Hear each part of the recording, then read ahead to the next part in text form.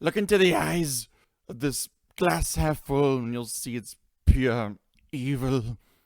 Welcome back to another episode of everyone's most insightful, most hilarious, and most importantly, everyone's favorite podcast, Ferret and Friends.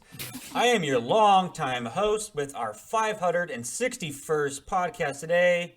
I'm Hobo Dan. But no, I'm just kidding. In all seriousness, if you haven't turned this off yet, welcome back to Wasted Potential Podcast, your favorite podcast where we discuss everything but we attempt to in the beginning regarding movies and other TV.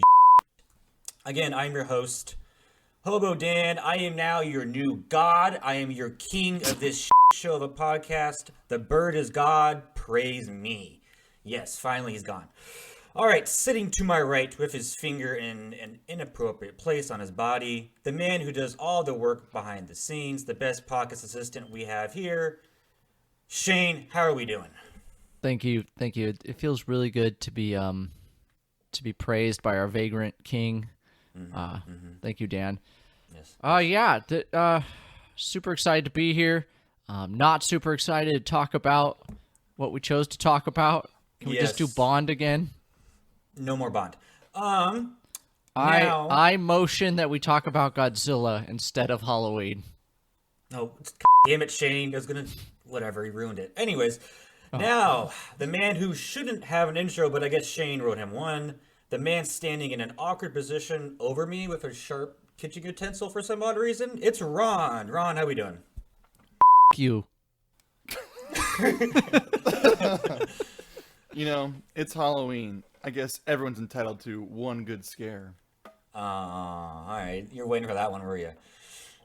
Rob Zombie needs a new writer. You could always work for him. When you two f***ers were rambling, I was like, how can I start this off? I'm like, I'll start this off with a good quote because listening to you two scream at each other is going to be fun for the next 3 hours. And Shane doesn't know anything about this whole thing, which is great. I didn't even watch the films. Yeah. I was going to text Shane, and then he and I could both joke that you and I didn't watch anything at all. I watched Hocus Pocus 2. Oh, God, that's a different story. All right. Let's talk about that. A Witch of Boogaloo. I wish it was called that.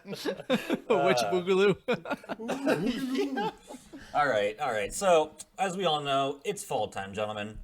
So, should we let the four listeners know what we did tonight? And over the past month of our lives. God, since September. No, we went trick-or-treating tonight, remember? It might be a little bit too early for on September 30th, but people were kind of pissed off, but, you know, it is what it is. But I love your guys' costumes we went out as, but I'm kind of confused about yours, Ron. What is yours? I went as Freddy Crocker. So I'm dressed up as, like, Freddy Krueger with, like, awesome little knives, and then, like, a cute little apron that says, kiss the and then, like, I'm all burned up from a terrible cake accident. Okay. I thought you were just Jason. I was confused. Yeah. Well, last year I was Ghostface Killer, and I was like the ghost mask, and then like the chain from Wu-Tang. Wu-Tang. Dang. And then Shane, what's your costume?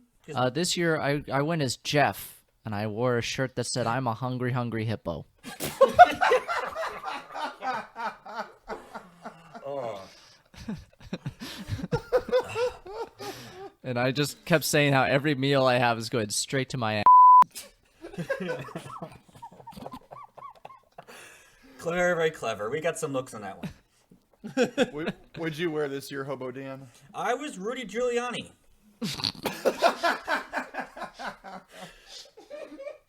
Did you walk around screaming, "I'm melting"? Yes, I did actually. Yes, yeah.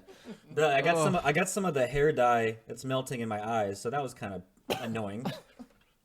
But yeah, he has no hair. Yeah. What is he dying?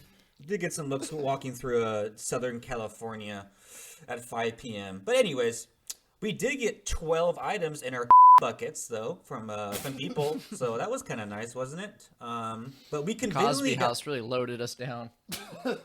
Yeah, I got some pills on that one too. But we conveniently got 12 items. And guess what? They were conveniently the 12 Halloween franchise movies. Wow. Yeah. Can we just insert screams?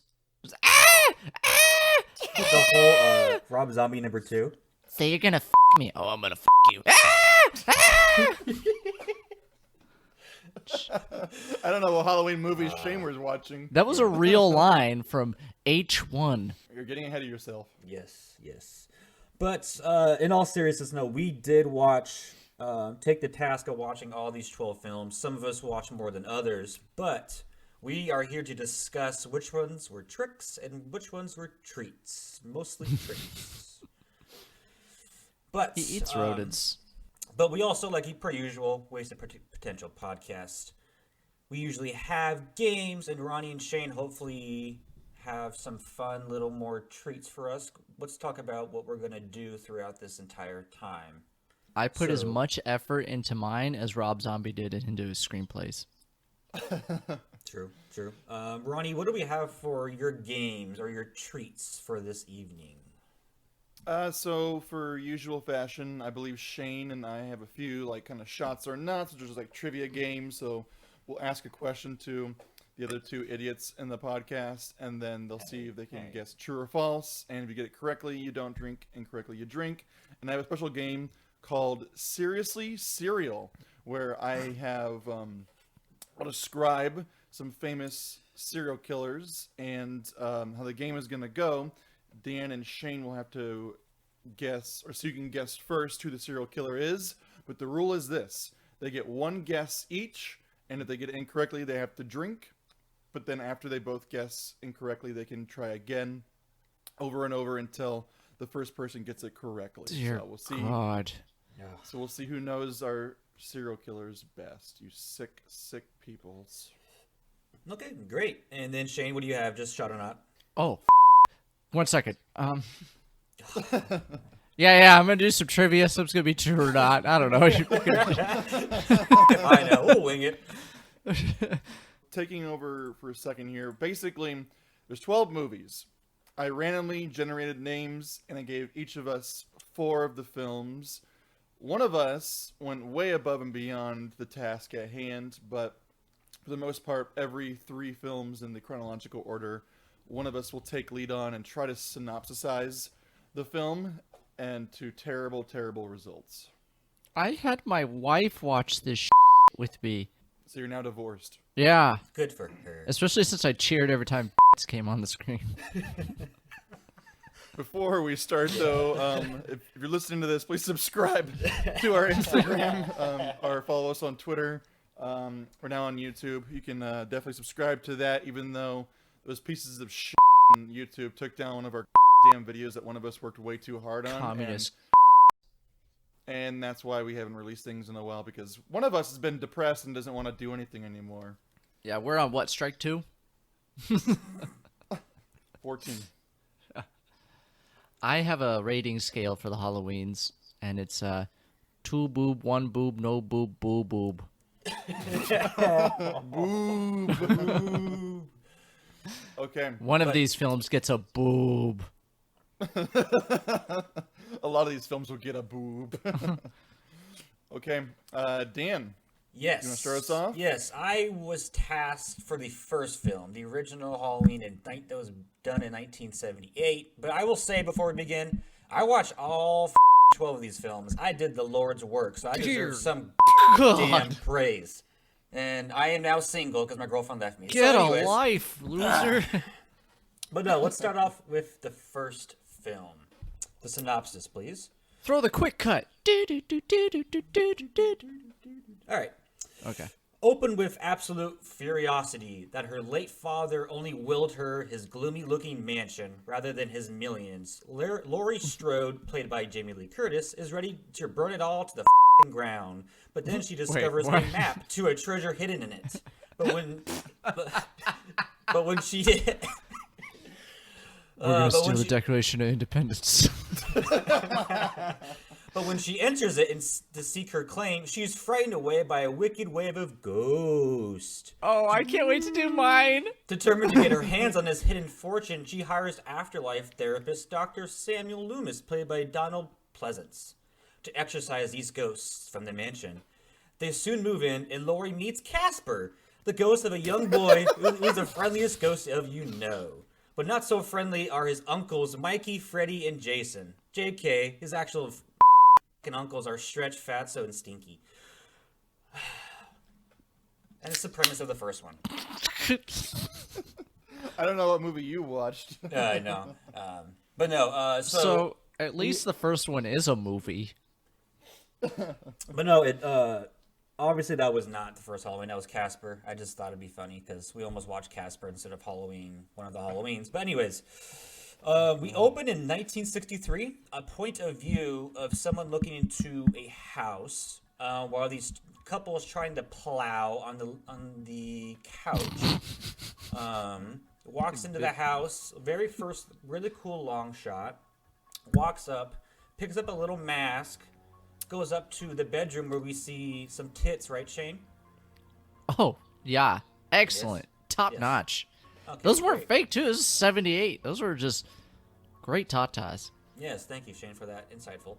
And then, turns out, the point of view we see stabs the girl several times. Turns out that's little Michael Myers when he's 15 or something years old. I think he was like He's like 8. 6. Yeah. He's like 6. Oh, he was 6? I don't know, man. He's like a baby. I don't know. In the Rob Zombie ones, he looks 15 or I don't know, whatever. Turns We'll out, get there to that shit. We'll Turns get out there. Michael Myers killed his sister Judith several times because we don't know why. The cops show up Just and he keeps just killing shows her. his. God, I swear to fucking God.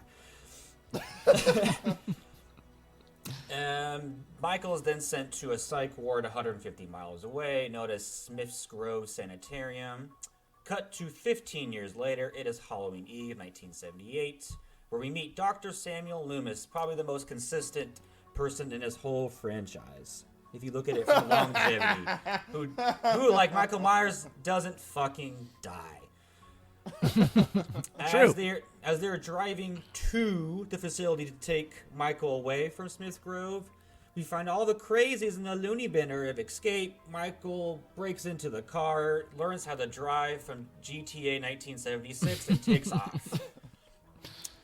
We then cut to Halloween morning when we get introduced to Laurie Strode as she's walking to school. Tommy Doyle, who is her babysitter, wants to fuck her, but then kind of doesn't. I don't know. Oh my god. Dr. Loomis comes into town and starts getting the town wild up, and the sheriff trying to proclaim that Michael's back, he's gonna kill. Michael's back, he's gonna kill. Then Michael As he Myers waves guns in front of everyone's faces. and stalks children. Children. But yes, anyway. Yeah, and stalks children in a trench coat. We get Michael shows up that night, starts killing all of her friends and some lame deaths for 1978, I guess, but we can get into that a little bit more. Michael finally finds Laurie.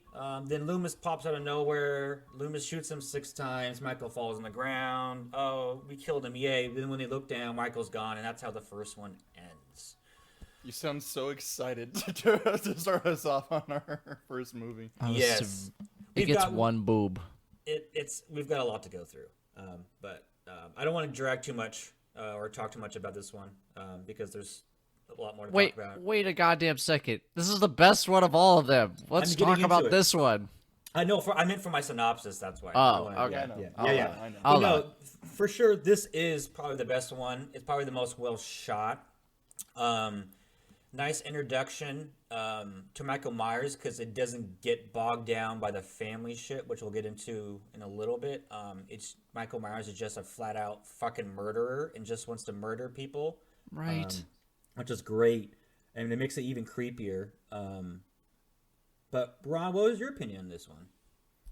I fucking love this movie. I know you guys are not as into it. I watch this every Halloween, and every time I watch it, I like it for a different reason. It's slow, it's methodical, it's atmospheric. I love the technical abilities behind it. It's flawed, and like it's hard because like this is like not the original slasher, but this is the slasher that kind of started off, Jason and everything else like that. Mm-hmm. So like it's comparing it to like Friday the 13th and Nightmare on Elm Street and everything that followed is kind of hard because, like you said, Dan, the kills aren't as interesting, but it's not really about the blood and gore. It's kind of about that stalking. It's all about just that slow approach and that slow kind of build up to the ultimate just like kill. And unassuming. So I love this film like so much. I love just the technical abilities and the atmosphere. I love the shot composition, and then obviously that fucking theme song is just ubiquitous for Halloween. Always confuse it with the Exorcist theme song. They're very similar. They're not. One's like bells and this one's a piano. Play it. All right. One's synthy and one's like a creepy kind of like church bells. I am gonna put my review, my initial one here, in terms that fans of Halloween will understand. Sex. So Halloween 78 is like your first time. It's not great, but you had fun and you'll remember it fondly. As you keep having sex with this same person, by the time you get to the end, you're just sick of seeing their saggy old tits and want them to die. Like, you just don't give a shit anymore, but you'll always remember the first time fondly. And that's what Halloween 78 is. Your first time. Shane's married. Yeah, not for long. But no, Someone said yes to him. I know, but It's fun, and John Carpenter has his distinct style. So if you like John Carpenter, you're probably gonna like Halloween and his movies. And the score is good. It's simple. I like how this movie is very, very simple and to the point. It's slow, but it doesn't drag. The only big complaint is like it's more of a horror movie complaint. Is that the characters have to act as dumb as the villain needs them to kill them. Like, they don't act as if they're real people in real situations. They do whatever the villain or the shot needs them to do. But, Like what? oh, like, stabbing them in the face but doesn't stab them continuously. Hides in a bathtub. Like, whimpering. Oh, my God. It consistently throughout. If someone is hiding, I don't know if anyone ever played hide and seek in the town of Haddonsfield, but you normally don't scream and cry when you're in your fucking hidey spot. You shut the fuck up. But Yes, because there's a big difference between hide and seek versus there's actually a guy there gonna kill you. Not and the it's way hard I to played control it. yeah. You and your uncle had a really good Yeah. relationship. Was that your first time too, Shane? Yeah. yeah, Sex? yeah. I found her because she whimpered. No, it's a good one, and it is funny because instead of like going like the route of like Alien, where you show your villain minimalist, he does that, but he's always just kind of in the background staring. And because I am so inundated with Halloween, it's hard to separate that from everything because the taint is all over. But it just makes me laugh every time you like look at the background. You're like, oh, there he is. It's like every scene. It's kind of like, oh, where's Waldo in like the picture? Where's Michael in each one? Which is awesome, and it kind of sets the tone for the whole movie. Yeah. Like Ronnie, you mentioned about that. See why that's why I like him like being in the background there because it's constantly like Laurie's paranoia is real. Yeah. Like everyone tells her you're crazy, Laurie, relax. She's kind of anal retentive and kind of nerdy, but like it's justifying her actual fears. So it works. Everyone like makes fun of her, which is I noticed this time. I was like, her friends are mean to her. I noticed this like Linda and Annie are like mean to her. I'm like, damn, they're a bunch of bitches. But they're taunting her, but all of that buildup is kind of perfect because like Michael kills off those two first, and then eventually works his way to find her.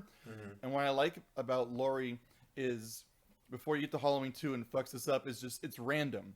Yeah, Laurie just so happened to go to the Myers house, and he just picked her. There's no reason behind it. It's like Loomis screams throughout this entire franchise. He's evil. There's no logic to it. It's just she's a young girl. She happened to be the wrong place, the wrong time. That's what's creepy to me is just anyone is a victim to Michael. Loomis is the best part of Halloween 1 and 2 because he literally shows up in this town with a gun and he's just swinging at everybody going like, you're all gonna die.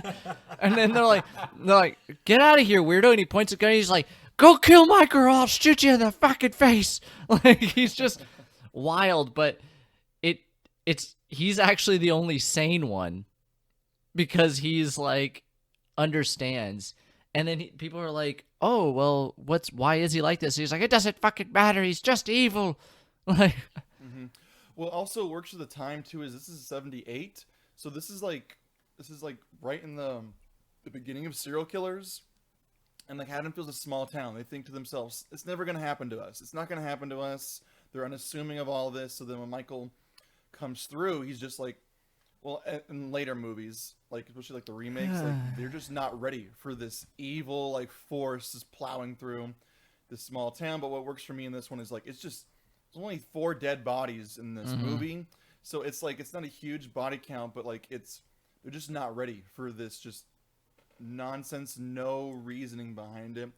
And the last thing I would say is this movie ends perfectly. Dan, can you tell us how this movie ends?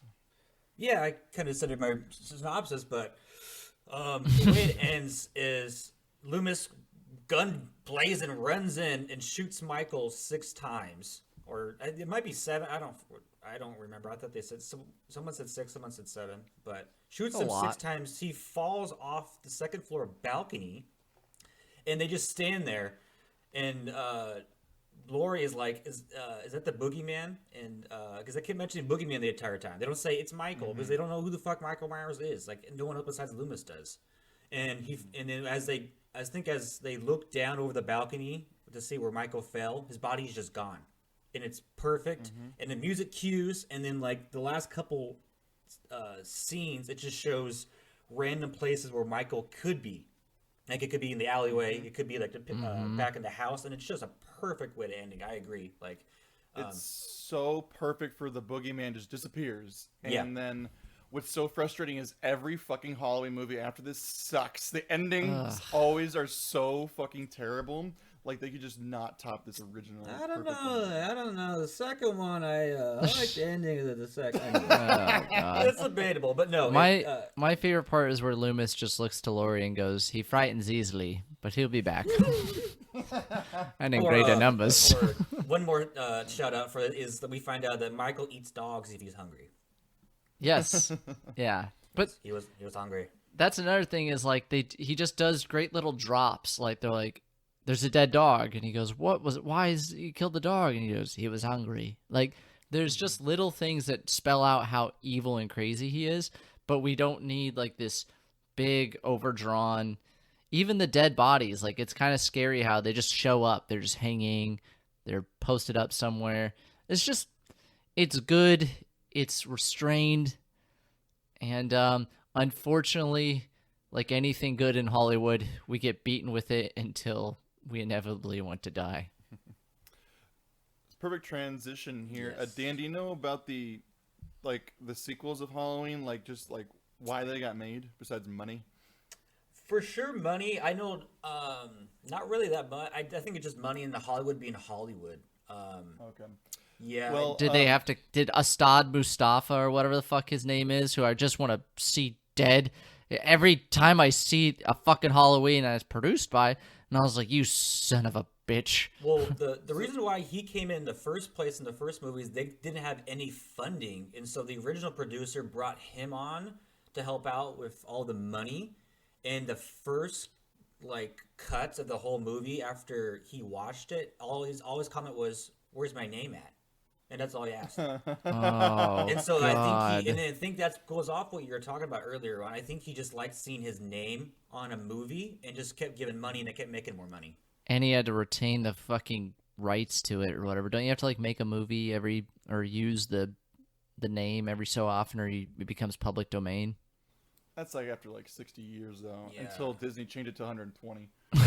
Well, But before Shane gets into Halloween 2, Carpenter didn't want to make any more. Yeah. The studio, because this movie made so much money, they wanted to make a sequel. Carpenter says, "I'm not directing it. I'll write it. I'll do some more music, but I'm not doing this shit anymore," because his idea was just end it. So then, before we get to 3, the original idea was to do like a different, like anthology with Halloween movies, and like everyone about something different, but everyone liked Michael Myers because that was like the selling point. So then we get to Halloween Dos. All right. Halloween 2, the prequel to Wet Hot American Summer. Laurie Strode, recovering from her recent run-in with Michael Myers in Halloween 1 finds herself in a hospital stuffed with wacky characters such as Horny Guy Number 1, Horny Guy Number 2, Slutty Nurse, and Nurse Ratchet. As Scooby and the gang are chilling in fucking the hospital, Michael Myers shows up to pay his respects. In this not Resident Evil shenanigans, he shows up in a hospital. It's kind of creepy because it's in a hospital. He kills everybody. There's some great boobs in the bathtub. For some reason, this hospital has a jacuzzi where you can have sex. Great boobs. But so he kills everybody. Laurie gets away, but Dr. Loomis shows up. But some real frustrating series of events. And he goes in and he blows himself up. Loomis blows himself up with Michael Myers because Laurie can't do anything right. And they get away. And this should be the end. It was supposed to be. But it isn't. Yeah, and this obviously not made by John Carpenter, but you can feel that he had some input on it, so it stays on the rails, kinda. This is where it starts to get a little out of control. They start to indulge a little bit on creative ways that Michael can kill people. But, like, kind of minor dog shit. Not complete dog shit. I give this movie 1 boob. 1 boob. All right. That's Wait, fine. you gave the first Halloween 1 boob, and you gave this one 1 boob as well. Yes.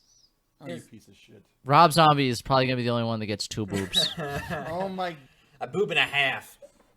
Yeah. I hate talking to you. But Shane, I think you missed out one thing in your synopsis is the big reveal of family. Family in the franchise. Oh, that's right. This is where it starts to pull the string on, like, he is targeting her because she's his sister? Yes. Oh, yeah. Which... Yeah. Why? Agreed. Carpenter wrote that in there because he had nothing else to do. He said like, what else do I do? There's nothing else for characters. So they wrote it in there. And like you said, it ends in a fiery explosion because Carpenter wanted it to end. Mm-hmm. And like you said, Shane, it should have ended. But when we see in number 4, it is just ridiculous.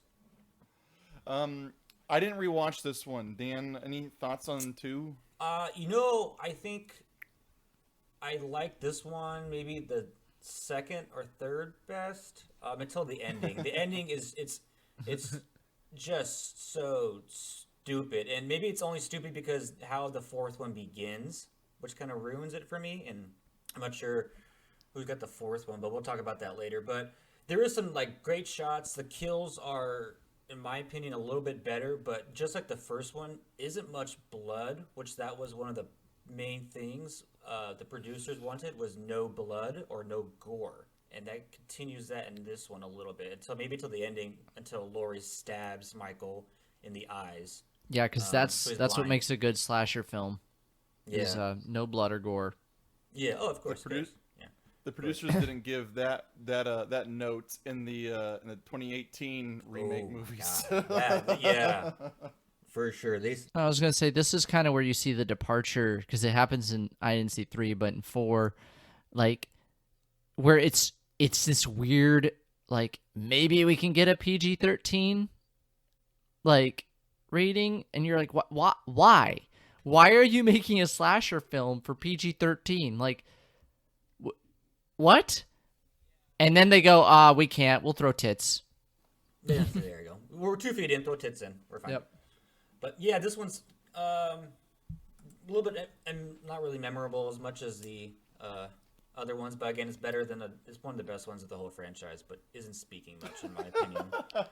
It's kind of like you can see that they're going downhill on skis, but they're starting to wobble, and you're uh-oh. And there's a couple trees in the way they kind of dodge. Like, whoa, look at there. And then 3, they go for George of the Jungle. Oh, God. Ronnie, any comment? Did you watch this one at all? For Halloween 2, I remember Michael pulling himself down from like a pipe kind of thing, like one-armed. That was like, I remember that was a cool like kind of kill. I remember it's in a hospital. That's literally the only thing I remember. And I remember Loomis blows him up. That's the only thing I recall from the film, and I do remember the hot tub scene. Mm. I remember it was like, oh yeah, that's weird. I think watching this with my dad goes, oh yeah, there's a hot tub in a hospital. It makes sense. And then he promptly went, nice. But yeah, I have nothing to add to this film. I didn't rewatch it at all. Yeah, Yeah, the isn't much setting's cool, but that's about all it's got going for it. Yeah, not as good as the first one, obviously. Like most sequels, doesn't really build too much. Kind of makes it worse. Unless you're fucking Shane giving it one boob, like It the fucking gets original one boob. Yeah, hate I you was. so This is one of my more surprising ones. I thought this was going to be an absolute shit show, but yeah, it is what it is. I'll upgrade Halloween 78 to 2 boobs. I'll give it 2 boobs. Oh, thanks. Everyone applaud Shane for not being a fucking idiot. Yay. Stupid scrunt. John Carpenter is rolling in his bed, like, okay. He's like, I put way more boobs in it than that. My script asks for more boobs. Oh, and they continue because John Carpenter referenced like The Thing and some other stuff on the TV. Oh, that was the first one. Oh, and then they do it again so in the now second one. every single film has to show The Thing. Yeah. Speaking of which, Halloween 3, Yay. Season of the Witch. Yay. God. That's what it's called? Okay. Season of the Witch. What? Yes. Oh, I'll explain. There's a witch? You haven't seen this. You haven't seen this, have you? No. Oh my God. Okay. Yeah. Perfect. Shane doesn't know what's going on. Okay. The year is 1982. And a deadbeat dad, perverted doctor / potential pedophile has to save his children because his bitch ex-wife bought evil Irish masks that turn their heads into bugs. Yeah. Wait, what? Tom, let me get through this. Tom Atkins decides that he's going to go full Scooby-Doo because he wants to fuck a young woman. So they go to this old Irish town, and what they figure out is there's a conspiracy that a crazy old Celtic man, in order to sacrifice things for Samhain, creates For Sam Hain. Halloween masks made from Stonehenge blocks that he stole and microchips. And what happens is when a secret TV commercial comes on, it flashes lights, and then children's heads get turned into bugs and laser beams. This isn't a joke, right? Like this isn't No. you playing some weird setup. I'm pulling it up. I have to. This is Halloween 3, Season of the Witch. And the saddest thing about this movie is, if I explain it to you, it's way more interesting than the actual film itself. Is Michael Myers even in it? Michael Myers makes a cameo on the TV. They literally nice. show a preview to Halloween. The original one says John Carpenter's Halloween on the TV someone's watching. Was this John Carpenter just like flipping off audiences or something? Okay. So, like I said before, the original idea for Halloween was Carpenter didn't want to bring back Michael Myers. They wanted to do like an anthology series. So then he had the idea for this. Someone else took over, which I think is actually the original Michael Myers himself. He directed this film and wrote it. And Carpenter just did the music. That's all he did for this. But yeah, there's robots, there's laser beams, this young woman who has to literally say in the film, I'm older than I look, to an old man, Tom Atkins. She says, fuck me, Dr. Chalice. And then the laser beams turn children's heads into bugs and snakes just because a crazy Irishman wants to sacrifice children to Samhain. It's wonderful. Wow. Yeah, Ronnie, like you said it perfectly. By explaining the synopsis of it, it sounds just absolutely amazing, and it sounds absolutely horrible. It sounds like Austin Powers 4 or 5, honestly.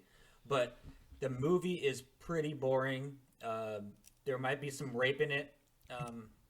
Probably is. I remember when I rewatched it thinking, she's 16. There's no way she's 18. There's no way. Shut your mouth, Danny. She's old enough. But Tom Atkins is ridiculous. This is first of all in the 80s, and the age of consent is still like 16 in some of our states in this wonderful country of ours.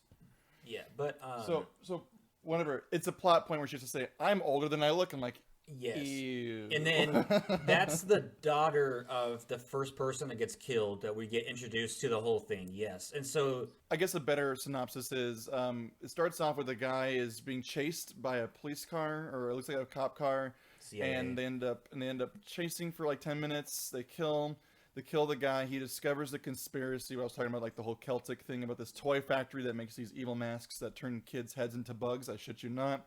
And then basically, this guy's daughter stumbles upon it because this guy is brought into a hospital, and Tom Atkins is the doctor who's sexually like assaulting all of the nurses there by smacking their asses. Everyone. Oh my god. love Everyone. He assaults everyone, but basically they give him 100 milligrams of Thorazine. I shit you not. And then the guy passes out. The henchmen break in, which are robots, by the way. They kill the guy. Then they emulate themselves in the car. And that starts this whole Scooby-Doo bullshit plot. They track it down to like this town, and then the town's controlled by a toy factory, and it's a crazy Irishman played by the amazing Dan O'Harely, who is also the bad guy in RoboCop as well. It's unfortunate because the dialogue is terrible. The lead character is creepy. The plot through line is absolute slow and nonsense. There's really huge violence, though. It's really gory, so that's kind of fun. The violent kills and the bonkers plot keeps you going, but it's a really, really, like, it's a grind to get through, but it's fun to talk about. Yeah. So, and it has a wonderful fireworks factory ending where it just blows up in fireworks. Oh my god. It would make Dr. Loomis proud. Yes. And he would somehow survive the explosion. God, I tuned out for all of that. I don't know what the fuck any of y'all said. That sounds terrible. Yeah, I remember this one as a kid. I remember liking this one. Everyone hates this one. It's obviously, it's slow, it's crazy, it's stupid. Like, it's so bonkers, but because it's so like silly and over the top, I love it. There's some excellent kills, and all of them are head mutilations. Literally every death, someone's head explodes or is crushed or is destroyed. So I love watching this film. I don't watch it every year, but it makes me laugh, and it has obviously the greatest, most catchy theme song, which is actually my ringtone on my phone every Halloween season.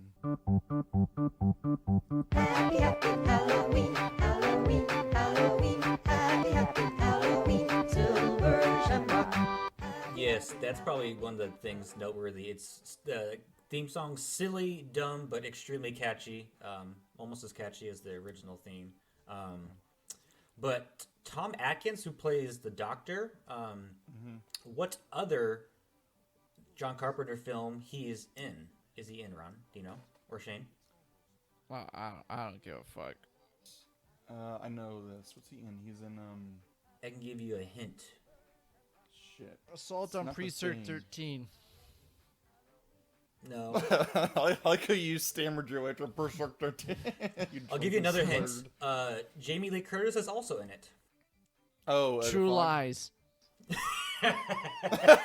It's the Fog. It's the Fog, and guess what happens within like the first 10 minutes of it? Maybe 15 minutes. He lies. Is Tom Atkins the old guy telling the story at the beginning? No. Tom Atkins ends up fucking Jamie Lee Curtis within like the first 15 minutes of the meeting.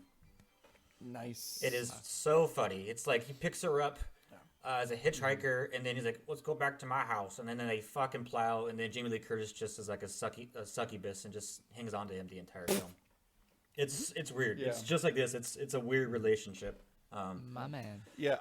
Yes. I like Halloween 3. I can't really recommend it to anyone who's not a huge like patient horror fan who just likes goofy. So if you like outlandish like ridiculousness, I love this movie kind of like that, but it is slow. So Sounds like it gets it's- no boob.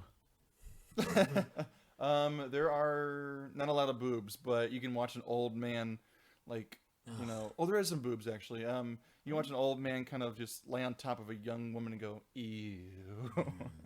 Yeah, I think you see his ass crack too. So there's that, Shane. It's not boobs, but it's circular and old. You see the full Atkins. This film gets Yeah, a no boob. full Atkins. This film gets a no boob. Okay. Shane, let's take a little break here. Shane, you want to give us some shots or nots, and I'll give you one of my seriously cereals. Okay. So going back to Halloween 2, Set yourself in the time period. John Carpenter was quoted as saying, director Rick Rosenthal doesn't know how to make a horror film. For his Halloween 2, Yes. I'm gonna go true. Yeah, it's got to be true. That sounds like a John Carpenter thing. Absolutely true. John Carpenter, who was producer and writer, let Rick Rosenthal take directorial control. His first edit, Carpenter complained, was too tame and wasn't scary at all. So then he went back to it. Then he said it's too gory and was and had him add the nudity scene because no one believed that anyone would see these films without it. John Carpenter is a crazy, angry old man, and I love him. Incredible.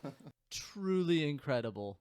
Other than that, there's not a lot of good trivia as far as that goes, but most of the trivia is related to John Carpenter being like constantly undercutting the director, being like, no, you got to do it this way. No, this is not good enough. And it's like, well, why didn't you just do it? And it's because he was probably just too lazy to direct it. He'd rather just bitch and then come back to it. I got a shut or not on top of my head, I guess. All right, go ahead. True or false? In Halloween Season of the Witch, as the first black person on camera in all these movies. True or false? John Carpenter? It's Halloween 3 is the first like African American character. Is there on one in camera the second for this movie franchise? True. Is one of the nurses? Oh no, maybe it's. I think it is. Oh, no, Rob Zombie. you're right. False. The nurse is African American. I think that's Rob Zombie though. Wait, what? I thought Rob Zombie. the black nurse is Rob Zombie. I thought in the second Rob No, Zombie film because she No. keeps coming in when Mr. Creeper's like, hey there, Lori. It looks like Yeah, your yeah. legs So are broken." that's false. Yeah, yeah. I have no idea. I just in the beginning of the movie, there's a black guy in it. and he has Riveting. Yeah. I promise. He's like a role where he has lines. I was like, is this the first Oh. black guy? I don't know. Yeah, in the third one, that's right. Yeah, and he's like mechanic in the third one. Yeah, Yeah. Okay. yeah. Okay. Shot Whatever. or not, the mask, the original mask, Yeah. was actually a Halloween mask that was supposed to replicate Clint Eastwood. False. We know this. False. Come on, Shane. Oh, it's Captain Well- Kirk. Yeah, we like these movies. We know this shit. Fuck you! Try I harder. quit. I thought it was Spock. Try harder, stupid. All right. Should we move on to this nonsense? We got like 800 films. I have one round of seriously serial. Okay. Come on, yes, of course. Thank you, Ron. Okay, so I'm gonna read off some hints about a famous serial killer. You each get one guess to get it right. If you get it incorrect, you got a drink, and then we start over with more guesses. First one to get it correct. Ready? Yeah. Yeah. Okay. This serial killer hunted throughout the western United States. Alec Baldwin. Nancy Pelosi. Drink. He was arrested for kidnapping, but escaped to Florida. Bill Cosby. Incorrect. Damn. I thought you had that one, Shane. Damn it. He was known for kidnapping and murdering young college women. Leonardo DiCaprio. Rudy Giuliani. He was his own lawyer in his trial and was executed in 19. Oh, Zac Efron. Wait, no. Ron DeSantis. No, Zac Efron played him. Fuck. Bundy. Yeah, Dan Yeah, he Williams, went to the drink University of more, Shane. Utah. Well, good one. I like that one. I forgot he went to Florida. Okay. Ted Yeah. Bundy. Who's number 4? Oh, here we go. With the recurrence of Donald Pleasance as Dr. Sam Loomis, the year is October 30th, 1988. Michael Myers has been comatose for 10 years. He has been at Ridgemont Federal Sanitarium and is, for some apparent reason that this film can't figure out, being transferred to Smith Grove Sanitarium, because you know what that is. On his way, he learns that Laurie Strode is a lie. Or not Laurie Strode. It's Rachel Of course, it's Rachel all along. Rachel. But of course, upon hearing the news that Rachel is alive, he has risen from his comatose state and murders the transferring crew. Sam Loomis somehow learns about this and begins to hunt Michael, where they have a good old shootout at a gas station, and Michael Myers and the boys fucking get out of there and blow it all up. Not even joking, he blows up a gas station. And the Duke boys. He gets after it again. Obviously, Samuel Loomis knows where he's going. To Haddonfield to find Rachel. Actually, I think it's Jamie. Jamie. That's right, but Rachel is the step-sister? Okay, so Jamie is really a Strode, because that's just going to continue the theme that there's always a Strode. And they're staying with this family, and Michael's going to kill her, but Rachel keeps having these dreams about Michael, and she's like, why do I keep dreaming about him? And they're like, I don't know, maybe it's going to explain itself later. So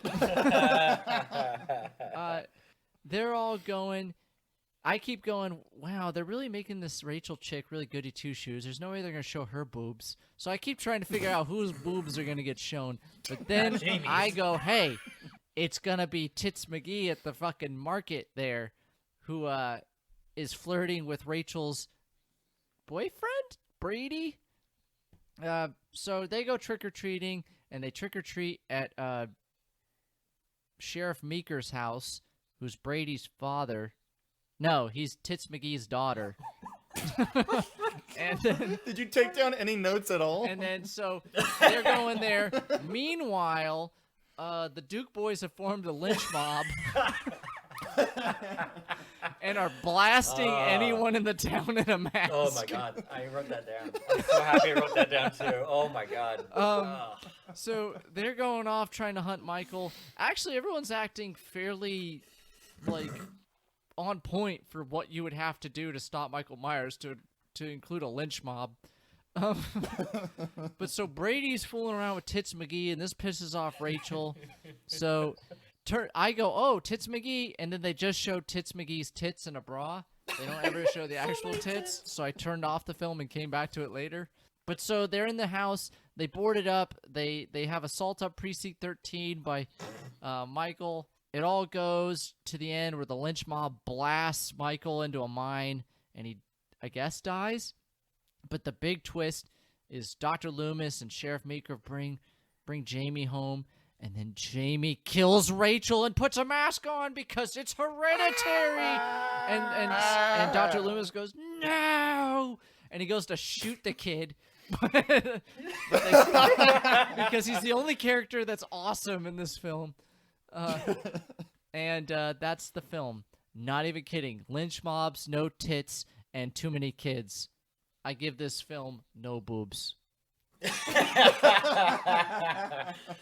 All right, so this one is a lot, and this is kind of for sure the downfall of the entire series, the beginning of the end. Yes. But like you said, they literally say Lori and her husband both die in a car accident like years ago. Their daughter Jamie goes into the foster home of Rachel, so it's still in the Wait. family. That's right. Her name is Jamie, like Jamie Lee Curtis. Yes, it's Jamie. Yeah. Yes. That's lazy. Yeah. Yeah, and Jamie gets the flashbacks, I think, or maybe Rachel does too. It's hard. But her name is Jamie Lloyd for some reason, even though the family's name is Caruthers. It's Foster family. Yeah, but why does she have a different last name? Moving on. Not sure. Because Laurie Strode got married, so she took someone else's last name. I keep forgetting he's fucking married. This fucking timeline. Okay. Why do I gotta keep track of bloodlines, man? Yeah. It's our fucking Halloween film. Worse than it's all- Hellraiser bloodline. It's all about family. It's poetic. Come on. Okay, but yes, this one. I'm glad you mentioned the redneck Shane. That is probably one of my favorite I was parts. cheering. They're like, Yeah, so was that's I. it, boys. We're gonna go get him, and they all get in their trucks. I'm like, yay! Yeah, and the, last teenagers. Oh my god. Okay, so in premise of this, like they're all at this local bar drinking. The sheriff puts a curfew, and they're like, I don't trust this. Let's go get him. Michael's still alive. So they all get in their big ass trucks and go try to find Michael Myers. They go to a building. Outside of it, they think they see Michael and just fucking shoot. Blast him. Oh my god, like every round possible. And they go up to see who it is, and it's just some fucking guy. They're like, oh, we killed him. Shit, not Michael. And they just Was move it a on. minority? What? Was it a I minority? think it was actually. They don't. I don't think Oh, they don't even no. show him. No. I don't think. Yeah. It I might was gonna be. say Or- Ben Tramer, but that's Halloween 2 where they run into him. No, they kill Paul Rudd. Yeah. That's what it is. But yeah, this one continues with the family thing, which is annoying. Jamie gets these visions of Michael, so you're thinking that everything that Michael kind of sees, or Michael like telepathically shows her, Jamie sees and can't sleep. But yeah, Shane, is this better or worse than the second one? Oh, the second one's way better. Way better. It's a more think so? cohesive, like understandable film. This one doesn't even have tits. But the best thing about this movie, I would also say, is Dr. Loomis, especially at the end, his acting, where he wants just to fucking shoot Jamie because he realizes I it's just love pure it. aim. He's literally screaming, "No!" And he's like No! aiming a magnum at this kid. He's like, I'm gonna fucking kill that kid. What Like, the Jesus fucking- Christ, man. Yeah. But it's like that was the only, I'm not even call it good part, but part where I went like, oh, the murderous, it's like a demon almost. It like passes on. Yeah, and it gets really, really convoluted as it moves on. With And like this, that was the nice thing about the first Halloween, is it wasn't some demon possession or some like bullshit. They kind of alluded it to a little bit with Sam Hain, but now yeah, then I was like, oh no, they fully bought in. Like it's a demon. Yeah, and then the ending, Michael can hang on a redneck truck for miles, pops out of nowhere, like, and starts stabbing people on the back of a redneck truck while they're driving. I want to do a supercut of Michael's means of transportation. Oh, my God. He's just driving around in station wagons and then like holding on to cars and hitchhiking in police cars. Wait till number 5. What do you guys think what radio station he plays in when he's in the car driving around, you think? What do you think he's listening to? Slipknot. Kiss FM. Kiss? Oh, okay. I was going to say, I don't know, I think it's some jazz music. Scat music. Hey, Sweat up. Jade. Or Wolfman Jack. Oh my god. Alright. Ronnie, did you see this one? Any comments on this? I didn't watch this one again. I remember as a kid. The only thing I remember is the ending. Yeah. I remember liking the ending where it's Jamie. It passes on, like, you know, like the Myers family is just cursed to have this evil. But I didn't rewatch it because I didn't give a shit at all. I hear this one's not as terrible, but you guys are saying it's fucking awful, so I'm glad I didn't waste my Awful. time. And now you guys got to talk about 3 ones that I didn't see, so I'm gonna check out now. No. I really don't want to talk about the next 3 or 4. I do. Let's just skip to Resurrection. So Halloween Kills. Yeah. Halloween 5, The Revenge of Michael Myers. The year is 1989. They made 5 of these things before 91. That's incredible. Money. But each one, like, it literally just picks up right after, like, the Halloween night or Eve. It's ridiculous. Okay, so let's go into ask because I didn't watch 4, so this is what's confused me. Yeah. So, Halloween 5, The Revenge of Michael Myers, opens up with the police chasing a crawling Michael Myers and firing at him, and he falls into a river and floats down a stream like a fat drunk Arizonan in an inner tube. And then some creepy old man picks him up and resuscitates him for a year, and he sleeps for an entire year until he wakes up. Meanwhile, Jamie, after murdering someone, is put in a hospital and connected to a Edward Nygma mind-melding machine. And for some reason, she is not locked up in some kind of psychiatric hospital, just like a literal hospital. It's like they literally don't address that she killed someone at all and just keeps moving forward. Michael Myers wakes up a year later. Apparently he's a part of a death cult. He has some kind of basic bitch Wiccan tattoo on his wrist. I'm guessing that's mentioned in the 4th or 6th one? Okay, so I guess so by your size. So then the movie starts with, I'm guessing Rachel is, you said the cousin of Jamie? Foster family or cousin, it doesn't really matter. whatever. Rachel has a bunch of slutty friends, and for some reason they feel bad for Jamie, so they visit her in the not nut house, and then Jamie's got a psychic link to Michael Myers, and she's also mute until she's not. Oh my God, Jesus Christ! And then Loomis is just yelling at her, like screaming at her, saying, "You have to help us with Michael Myers. She's the only way." You don't get it. He's gonna kill us all. And then for some reason, Jamie has a psychic connection and can see her adopted sister, walking around nude in the house. Oh, And right. and then Halloween has a little Miss America costume pageant, and Loomis is there in attendance, judging little girls in costume. Very good. And then Celebrity and then- judge. And then the movie has a random twist in the middle, and the protagonist shifts to a dumb, slutty friend of Rachel. Nice. And then it ends with Loomis using a little girl as bait and pulls a gun on a cop, and then he screams, "Only she can stop the rage!" And then he puts a net over Michael Myers and beats him with a 2x4, and then shoots him, and then for some reason it ends there. wow. Yes. Five No, sucks. I'm gonna Okay, give. I'm gonna give that because of what I heard. No boobs. I think it's a no boob. I don't think there's any actual nudity in this. I think you see the outline of Rachel, which I'll get into in a second. Oh, then it gets boobs. Ronnie, I'll say one thing before you continue. You are 2 for 2 with the movies you saw. If you just tell the premise of the films, they sound amazing, but in reality, they're not. No, this movie is so goddamn boring. The only thing I can give of note to this film is, I guess there was an argument behind the scenes about making the movie interesting and kind of a twist. Because There was apparently a lot of effort to make this movie interesting.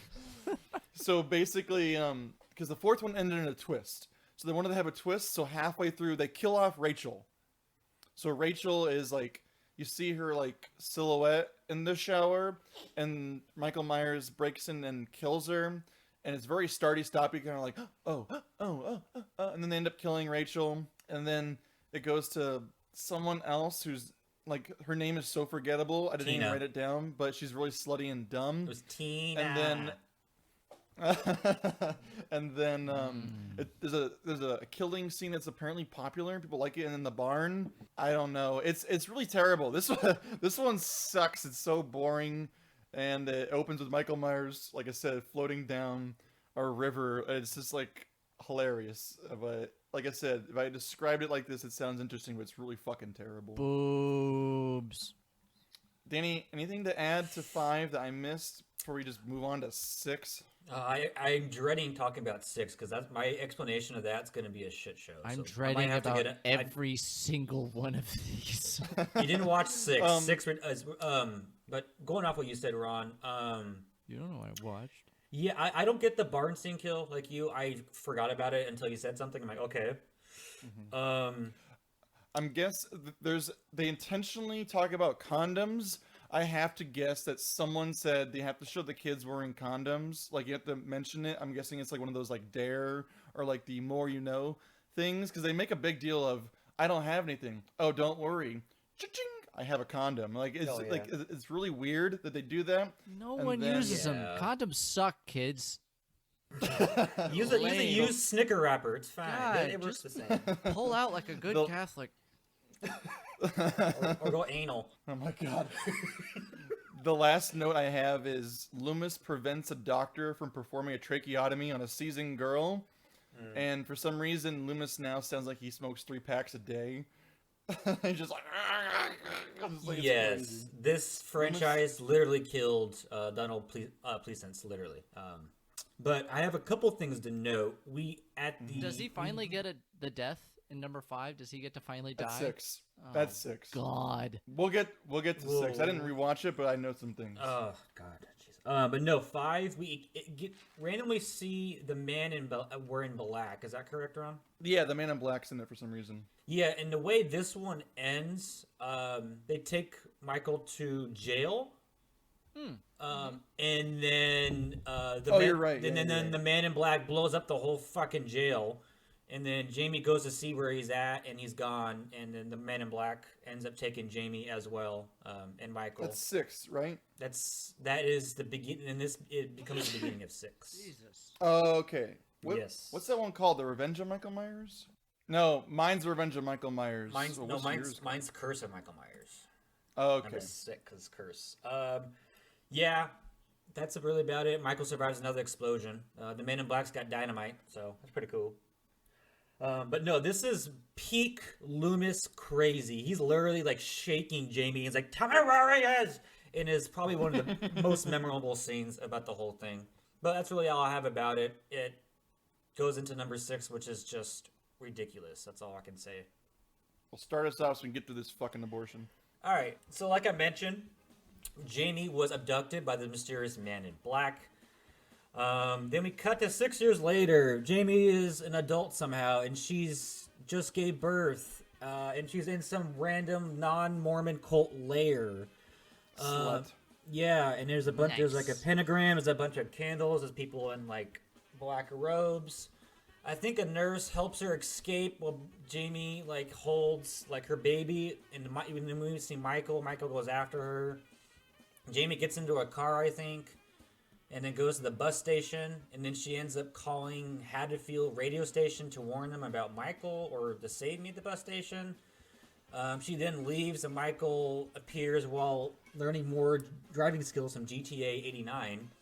It ends up killing her and goes to grab the baby, but wow, the baby's not there. Whoa. Oh. And presumably Michael impregnated her. She could be 16, she could be 15. I don't know. It doesn't matter. Well, meanwhile, we cut to Dr. Loomis, who is still alive. And this one he does. Damn it. This one he does not look good. He's got a cane. This is his last film for sure. Loomis is retired in his home. He gets a visit from his friend Dr. Wynn, who tells him, "You should come back to Smith Grove and help us out." And then as they're talking, we hear on the radio station, conveniently, Jamie's plea to help and get action. And then Loomis gets his gear, gets back into it. Meanwhile, we'll go to cut to Haddonfield. Oh my god. We reintroduce Tommy Doyle, played by Ant-Man himself, Paul Rudd. Yay! Who Laurie Strode, remember, babysat in the first film, and he conveniently lives across the street from the old Myers house and lives with Mrs. Blankenship. Yeah? Blankenship. Blankenship, yes, Blankenship.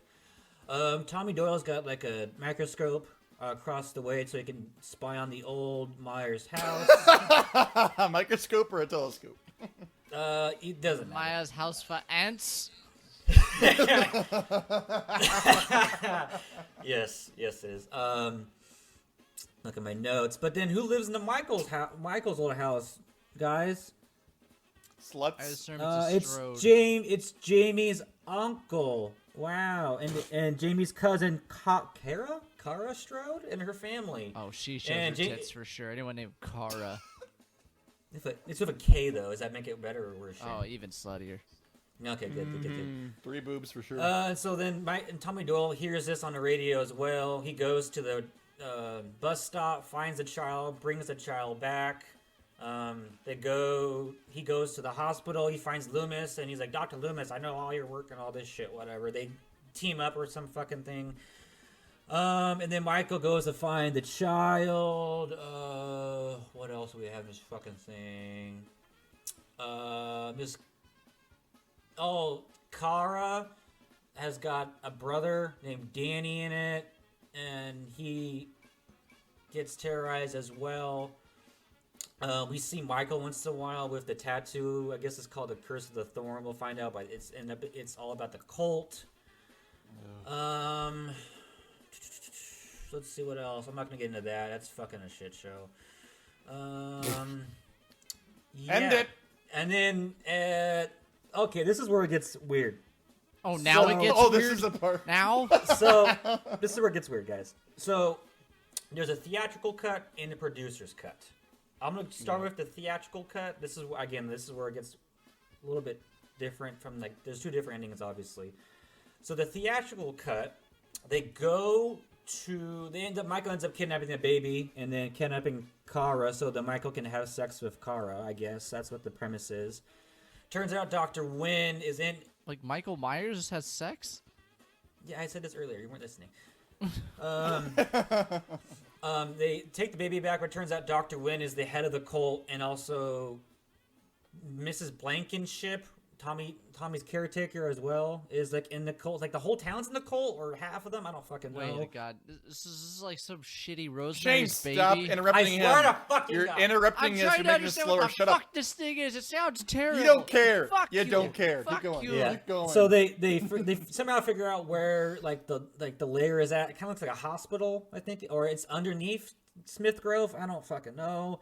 So then like Tommy Doyle and Loomis and I think Kara and then I think some guy named Steven, I think he helps out in some fucking way. I don't know. They go to the I guess the lair. They end up getting the child back and everyone's safe. Tommy Doyle stabs Michael with like 4 or 5 different like things that knocks him out or kills him. And then again, this is theatrical cut. Fuck me. They go outside, and then as it's about to end, Dr. Loomis is like, "No, you guys escape. I have some unfinished business." So he goes back in, cuts the black, then shows Michael Myers' mask on the ground. We hear Dr. Loomis scream in horror, and then that's how it ends. It says, "In memory of Donald Pleasence." That's the version I remember. That's I a didn't see theatrical the cut. producers' Yes, Like again, it's a some lot. Shit or Rosemary's Baby. Yes. So then now let's talk about the producer's cut. That's a pretty shitty theatrical cut. A lot of people complain. The producer's cut a little bit different. That's the one with the magic stones, right? Yes, that's the stones. It's the stones. Dude, this one sounds like this is where it officially jumped the shark. Yeah, and so as they're like going to save the baby, I think it was. I think at some point Paul Rudd or Ant-Man grabs like the stones, a bag of stones, and throws them on the ground because he did research into this fucking cult. I don't know the cult. We can talk about the cult. I really don't want to because it's stupid. Keep going. He throws the stones on the ground in the middle of the way, and then as Michael is going after Paul Rudd, like all of a sudden he like stops and just falls on the ground because that tranquilizes him, and Michael can't move if he's in the 6 stones. And then they end up like escaping. Dr. Loomis ends up going back. Actually, his actual footage of it. He goes in, he pulls off the mask, but it's actually Dr. Wynn. Whoa, his buddy, Dr. Wynn. But then, like as he goes to grab Dr. Wynn, Dr. Loomis screams, and all of a sudden the tattoo appears on Dr. Loomis. And so I guess now Dr. Loomis is like a gatekeeper or a helper of Michael Myers now if he had the tattoo or some shit. Sake. And then at the end you see just like the guy, or you see the man in the black cape but from far away, and that's how it ends. So the only contribution I can give, because I did not watch this, is this has the lowest percentage average on IMDb of all the films. Anybody want to guess what percentage it got on Metacritic score? 6. Metacritic's out of 10, right? 10, yeah, Dan. Oh, I was asking if it was out of 10, but yes, 10. Oh, 10%. Sorry. It's out of 100%. Okay, yeah. 10%. I apologize for my recap. It's really, this is a ridiculous. How many one, boobs are honestly. in it? None. Oh, this gets a boobs. Yes, and this one's it's very sad because again, this is Donald Pleasence's last one he actually filmed, and he died like right before it came out. So Don't feel people bad were for him. really It's the only pissed. way he paid for his house was these fucking films. I thought he died before they finished filming, and that's why they did like the mask and the scream. Oh no, it was the reshoots, because the producer's Yeah. cut is the original version, and they went back in to refilm it. That's what it was. Yeah, so He was dead already in his goddamn grave. yeah, he gave his heart and soul to this franchise, and they just fucked him. You mean he gave his liver to this franchise? I know. for sure. But one more, I guess one more thing to add. I guess the cult is based off Samhain, so Celtic pagan. So go back to that kind of thing. I mean, we've all dabbled in some pagan cults. I've dabbled in a couple pagans. Hey, I like to get paganed. Wait. Yeah. Okay. Again, this one's a lot. This is Paul Rudd's first acting. He did a pretty good job. He's a sex pervert. He's got a telescope across the way watching Kara the entire time. But who wouldn't? Am I right? But no boobs. Who wouldn't? Really? Who wouldn't? Well, He might have seen some boobs. So Ugh, I like the name Kara though. yeah, it could be Kara. I don't know, man. This one is like, it's hard to. It's like repressed memories watching this one. There's so much going on. this movie's terrible. Want to do a seriously serial? Yeah. Yes, thank you, Ron. Okay, this next serial killer killed 10 people from the late 60s to the early 80s. Actually, early 90s. Every serial killer. Yep. He's an ex-Air Force officer and was a criminal justice college graduate. Harrison who Maverick. worked in home. Maverick. Who worked in security. Wrong. Drink. Oh. He would send letters to the police taunting them. Oh shit. Come on, Shane. Come on, Shane. Fuck. I know. He lived in Montana or something. He was caught in 2005 when the police received a floppy disk and they traced it back to him after 40 years. He's the guy Got from it, Knight's Tale. Heath Ledger? No, the one that played the poet. Oh, Paul Bettany? Yeah, William just Paul Shakespeare? Bettany. Chaucer. Is it Chaucer. This is the Strangler in California, Ron. John No, in Wayne. Kansas. What's up? No, Kansas. Kansas. Oh, BTK. Sorry. BTK. Yeah, Dan yeah. Drink Shane. Yeah. BTK. The bind, torture, kill killer. Yeah. Oh. I forgot. He wouldn't rape them, but because he said raping was against his religious beliefs, but he would jerk off when he had them bound. Very good. Before he murdered Very him. good. He might have raped like the first one or two, but yeah, I think his MO he usually didn't. I think he just got off on the. Let it be known he was throat. Air Force. And he worked for a security home company. Yeah, that's how he figured out how to get into him. Let's talk about the next one, H2O. But before that, let's talk about the timeline. More importantly, so remember how we talked about number 4, number 5, number 6 right now in the past like 45 minutes, guys. Yep. Throw it out the door. Fuck it, gone. Doesn't matter. What happens in H2O? So, H2O starts with Lori ended up faking her own death in a car crash that was mentioned in 4 in the beginning. so she can move to California. I'd be an actress. I'm kidding. I was gonna believe that. No, that's true.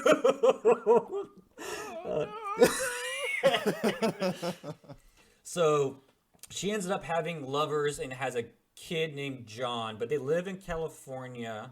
She's the principal of some private school, and they So she fakes her death in a car crash. yes. She has a current daughter Son. named Jamie. No. Then she Change. leaves. I literally just said ignore everything. Oh, it's alternate dimension. Yeah, like Yes. everything we said. But the only thing that's the same as the other ones is that she was in a car crash, but instead of her dying, she faked her own death. Everything Okay. else. Why would they do that? Okay. Dan's now explaining this very clearly. Yes, I am. Shane. Yes, I am. Shane. I literally am. This movie ignores 3, 4, 5, and 6. It goes 1, 2, H2O. I thought we established this already. Why would they do that? Okay, so then, like I said, Lori's in California. Lori's got a son, John, who was played by Josh Hartnett, who died in Pearl Harbor because of Ben Affleck, who's a piece of shit, but that's a different timeline. Lori struggles with But he's PTSD. wicked good at math.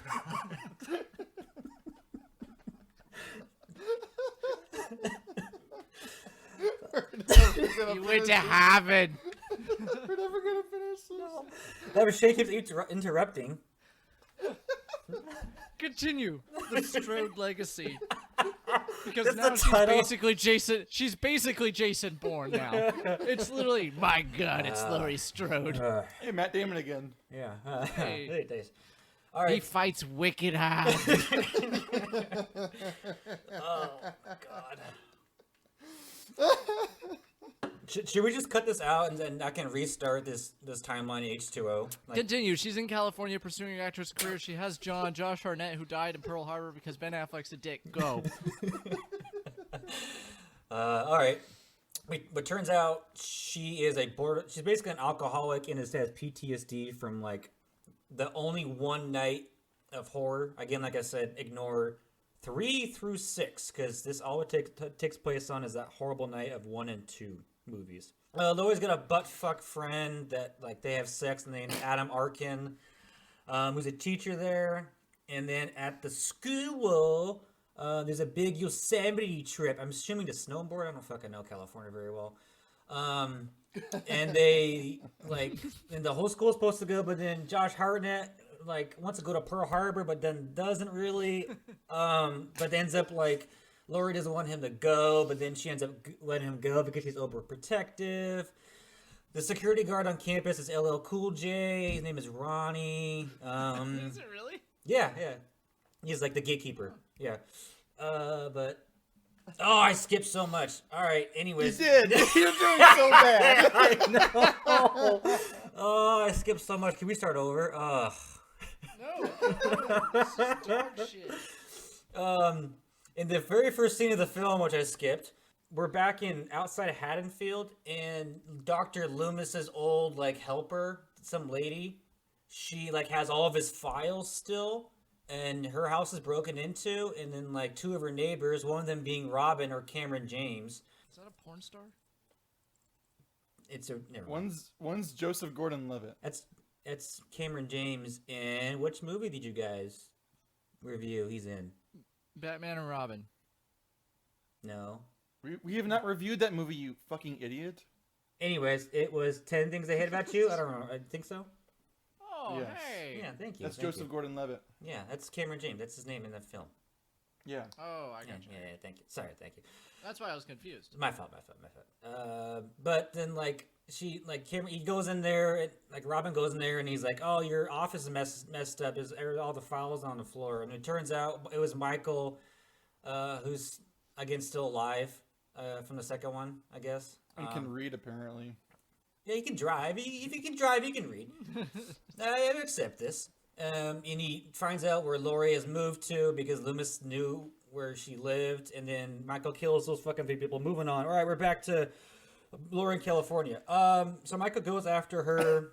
Instead of going on the Yosemite trip, Laurie's son, John, Pearl Harbor, stays back with 3 of his friends to drink and relax. While Laurie tries to have sex with her boyfriend, Michael ends up killing people. They set up for some cool kills. Nothing really happens. LL Cool J gets shot by the boyfriend, another white guy. Who would have thought? Who's definitely not Jewish. That's kind of racist. But anyways, moving forward. They ended up like kind of escaping out of like the front gate, but then Laurie stays back to finish off with Michael. There's a couple like here and there's, and then LL Cool J comes back. He's still alive. Laurie ends up like kind of killing him, but she knows he's not really dead because she's seen the other films we previously ignored through the timeline. He's still alive somehow. As the cops come, Michael gets put in a body bag, and then Laurie ends up taking the ambulance by gunpoint and taking the body. No, I guess taking the ambulance. And with the body of Michael Myers in the back of it, Michael like stands up and he's still alive, and then she crashes the fucking thing. And then like conveniently, Michael's pinned between a tree. Laurie's still alive after the car accident. Walks up, grabs an axe, and chops off his head. That's the movie. If you're wondering, Dan did not suffer from head trauma in between the commercial break. Yeah. How many boobs are in this film? None. Boobs. So this movie was made in '98. It's 20 years H2O after the original one, and it's like a Wes Craven movie. It feels like Scream because this is like a literal response to Scream. They literally show part of Scream in there, don't they? Mm-hmm. In the TV, don't they? Oh, is Yeah. that maybe? I think Ronnie might be watching it. Yeah. Yeah. I remember correctly. But yeah. So yeah, it's it's got some violence, but it's really like toned down and kind of like a boring kind of 90s. It's not terrible, but it's like they made a Halloween movie in the late 90s. It's literally what it is. It feels like the tone of it just feels like a shot for TV show. Like it just looks like it's just like a little TV, like made for TV only. I don't know. Like I wrote down it feels like a fan film for Michael Myers. yeah. Don't worry, the next one suffers from that too. Oh, is that right? And I think this one too, Ronnie. If you remember me correctly, Michael comes down from like the rafters again and kills the boyfriend, or maybe he just comes out of the randomly out of the way and kills the boyfriend. No, they do the whole the dumbwaiter thing. No, that's for the teenagers. That's for John's friends. Oh, the boyfriend. Yeah, he comes from. They come from above or just around the corner because they shoot LL Cool J. Another white guy shoots a black guy. Yeah, but you skip this part. LL Cool J is an erotica writing security guard named Ronnie. He's trying to be in Hollywood. Sometimes fact is stranger than fiction. That was gonna be one of my shots or nuts, but Yeah, this one I didn't hate. I think this one is probably up there for it's. I think it's a treat. It's not a trick. I would say for sure. there's two things of note. Janet Leigh is in this one. She's from Psycho, so they get like horror. They got her out of the retirement home for one scene to just babble on like an old broad and kind of give Laurie some survivor advice, which is like a wink to horror fans. Yeah, that was weird. But I like what they do with Laurie. She's trying to be a normal trauma survivor, but she's basically ruined her son's social life, and she's crazy kind of, but she can still function to operate a prep school apparently, made for a bunch of white Mormon kids. I like it ends though. It's all about Laurie and Michael. Like she runs from him, and then she's an insane lady, like you said, kidnaps the paramedic, and then cuts off Michael's head at the end. So that's kind of a cool way to end the franchise right there, and then never make another Halloween movie ever again. Exactly. But I think we haven't really discussed Jamie Lee Curtis. I always like her in all of these. I think she does a really good job. I don't hate her acting. Yeah, I don't think until Halloween Kills do I get like really fucking tired of seeing her face. But yeah, no, she's cool. Like she gave up on the Halloween movies and then came back, maybe for money. I don't know. Maybe just because she's cool with it. Oh, I know she wanted to get more into like actual like drama acting, but she ended up doing the one with where she switches bodies or some fucking shit. So that turned out pretty well for her. Freaky Friday. Yeah, Freaky Friday. So that's very dramatic role, but She was better in True Lies. I don't think I've ever seen True Lies. I only watch Halloween films, I guess. She does a strip dance. It's super hot. Yeah, that's all really I have about it. Anything else, Ron?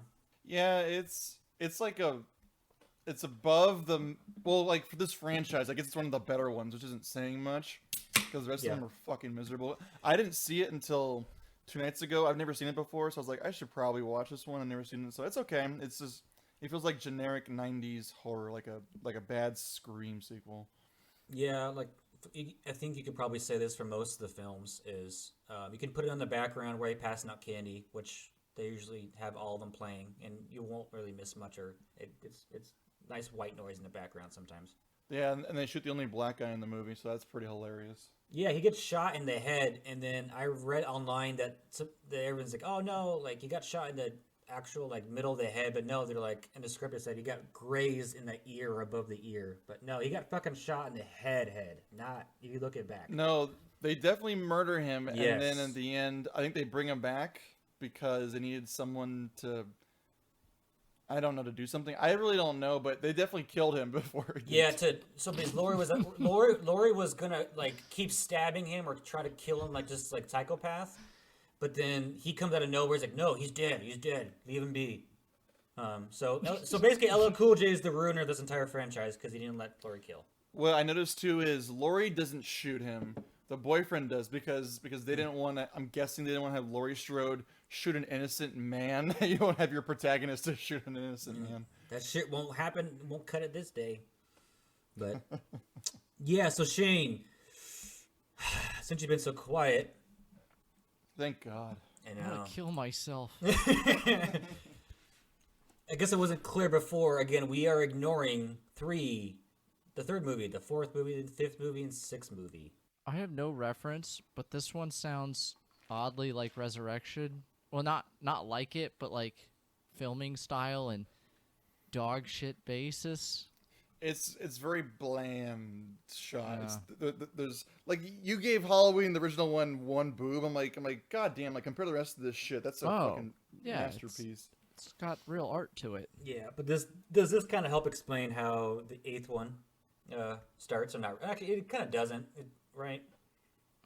It really fucking doesn't. Do you have anything else to add before Shane goes on a rant here? No, I like the ending until this next one starts. Okay. My turn. Yes. I think the viewers are tired of hearing me talk for a while. Okay. Where do I start? Welcome to Halloween, the Resurrection. This one, so following the murders at Hillcrest Academy, Laurie Strode is having survivor's guilt? Or no, she accidentally killed the wrong guy, I guess, in your film? She chopped someone's head off? She chops off Michael's head off. Okay, well, apparently it wasn't Michael's, the wrong person. The different guy. Really? Yep. Ron, did you watch Resurrection or no? I have seen it so many times, but I didn't rewatch it though. God. Keep going, Shane. Yeah. She's there, and like these nurses are like, "Oh my god, she's a murderer," and they're like, "What about Michael Myers?" And she's like, "Michael Myers isn't real," and then so the whole opening scene is like, I was like, "Oh fuck, they're gonna do a whole hospital thing," and I was like, "Jamie Lee Curtis, she's back." She's sitting there, and they're giving her pills, and she doesn't take the pills. So you're like, oh shit, she's not guilt-ridden. This is a trap that she has laid for Michael Myers. And I'm not even joking. Michael Myers breaks into the sanitarium that she's at, which is all part of her plan. Not joking. She's turned into Jason Bourne. And so they have this chase scene. She leads him to the roof where she has a Scooby-Doo contraption that catches him. And he's hanging upside down like, oh, you bitch, you got me. And she's like, I got you now. And she's going to stab him and end it. But then he goes, Jamie, I don't got friends. I got family. And then so she goes to give him a kiss. And then he grabs her and kills her. And I was like, oh, finally, Jamie Lee got her paycheck and she gets to get out of this series again. And then she promptly jumps back into it later on. So What? she dies, and I go, well, what the fuck do we do now? Well, what we do is we go to Busta Rhymes breaking his neck all over Dangertainment. I'm not even kidding. We fast forward to not another teen movie that is, it's some sort of college, and all these students want to be on, it's like real life. Like they're trying to do like a horror version of the real life. And they get characters such as Sarah Moyer, Bill Woodlake, Donna Chang, Jen Danzig, Jim Morgan, and Rudy Grimes. And these two all joke about sucking and fucking, but none of them do. They go on to Dangertainment. It turns out that I think one of them is obviously a long-lost Strode. I think it was Sarah is a long-lost Strode. That she doesn't, the whole like, oh, I was adopted kind of thing. Oh, you're gonna die. So the goal of Dangertainment, led by Busta Rhymes and Tyra Banks. Not even joking, Tyra Banks. Classy broad. She got off TV helping fat women to make a Halloween. So they go and so Tyra Banks and Busta Rhymes are putting these kids in the Myers house and are doing hidden cameras everywhere. And they're supposed to like stay a night in there. And it's going to be cast on the internet. What? On the interwebs. It's 2002, so there's tens of viewers. Well, like this podcast. Hey, shut him out. But hey, shut him out. Thanks, Mom. Okay, so as they're staying there, one of the couples starts to get on it. You see some side boob, but that's about it. It turns out that Busta Rhymes is dressing up like Michael Myers and like scaring people. But what he doesn't realize is there is Michael Myers in the house. So it's like a Scooby Doo situation where they demask him and go, Busta Rhymes. And he goes, hey, I would have got away with it too. Y'all weren't hollering at me.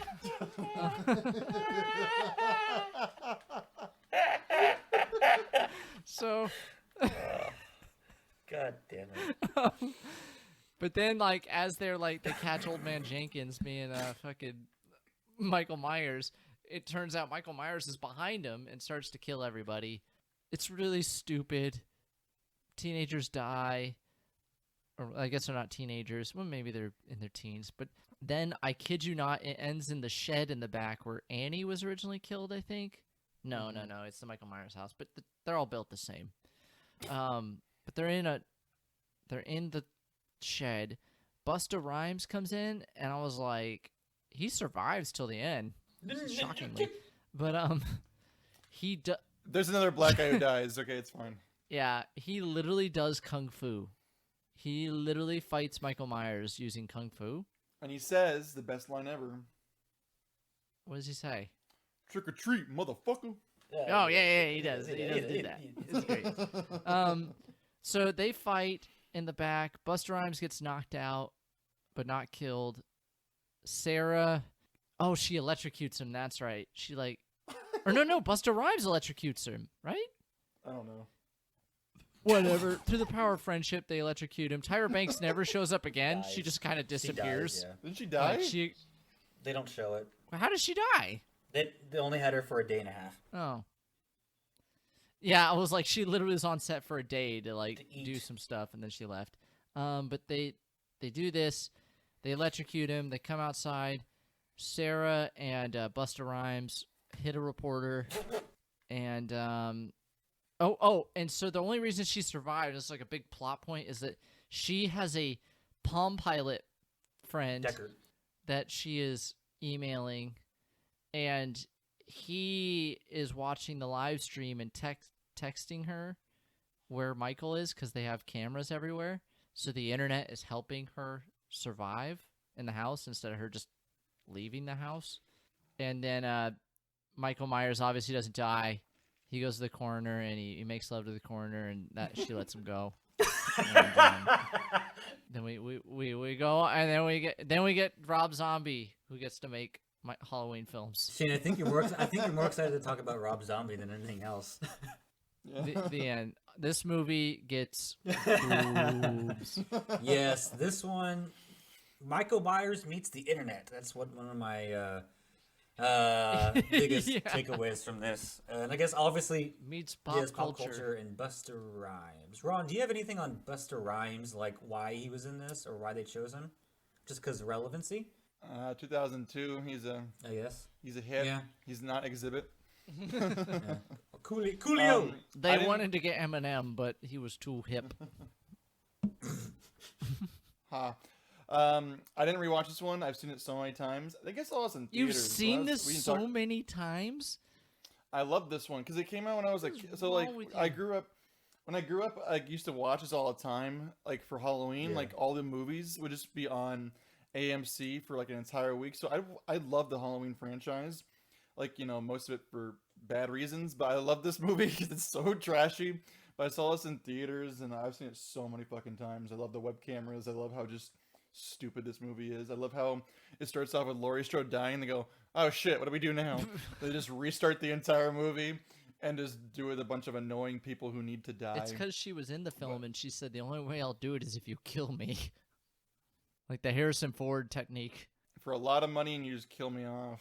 And she looks like a crazy lady, too. Well, she is. Yeah. But like to go off from how it starts, though, supposedly they rewrote how the previous one ended, and Michael switches one of the paramedics, kills one of the paramedics in the previous movie, puts his body in the body bag, and so what we see in the end of the previous one when Michael rises up out of the body bag, it's actually a paramedic with Michael Myers' mask, and Michael escapes. That's how it is. And then Laurie decapitates. Excuse me. Decapitates. Fuck you. Is actually the paramedic. So that's how it starts, and then Laurie is going crazy. And you're right, though, Shane. She doesn't take the pills and traps Michael when he comes to get her, but she's a dumbass and tries to kiss him or grab his hand, and he kills her. But she also says the great line as she's falling down and as she's dying from the building, "I'll see you in hell." That's a great line. I'm going to read you a line here from a source that talks about the production. The writers of Halloween, H2O 20 years later, were left with a dilemma when Jamie Lee Curtis wanted to end the series, but Mustafa Akkad had a clause that legally wouldn't allow the writers to kill Michael Myers. That is this film. I think that summarizes the whole franchise. Yeah. He won't fucking die. Fucking Mustafa Akkad. I forgot. In H2O, I wrote down the best line in cinema history. This is a shout out to Shame. The male says to the blonde female, "I find obesity in women attractive," and the female responds, "That's so Renaissance." Totes my goats. I wrote that down. That's great. Fun fact, guess who actually wrote that line for the script? Busta Rhymes. No, Tyra Banks. Ah, that's excellent. Funny joke? Okay, anyways. I got it. watched Resurrection and I thought how they talked was so annoying and I wanted to kill myself. And then I saw Rob Zombie's Halloweens. It's similar. It's similar for sure. Wow, no. Last no. little fun fact: the director of Halloween Resurrection directed Halloween 2. Rosenthal came back. Rosenthal. Yes. This one is not. Isn't it? I don't know. It sucks. The movie sucks. It's terrible. It's bad. At least this is what ends the franchise, though, right? Of course, but I'll say one thing about this. I think I laughed at this one the most, though. I will say that. Yeah. This is why I like it's it. hilarious. Yes, that's probably the most positive or worst thing I could say about this for number 8. Oh yeah. Wonderful. Anything else to add? Fuck it. Let's get to the good shit. I fucking do it. My turn. The year is 2007, and someone said, "Hey, we own the rights to Halloween. What should we do? We should get that Rob Zombie guy. His name is Zombie. Let's make him make Halloween movies." So, here's my synopsis of Halloween 2007.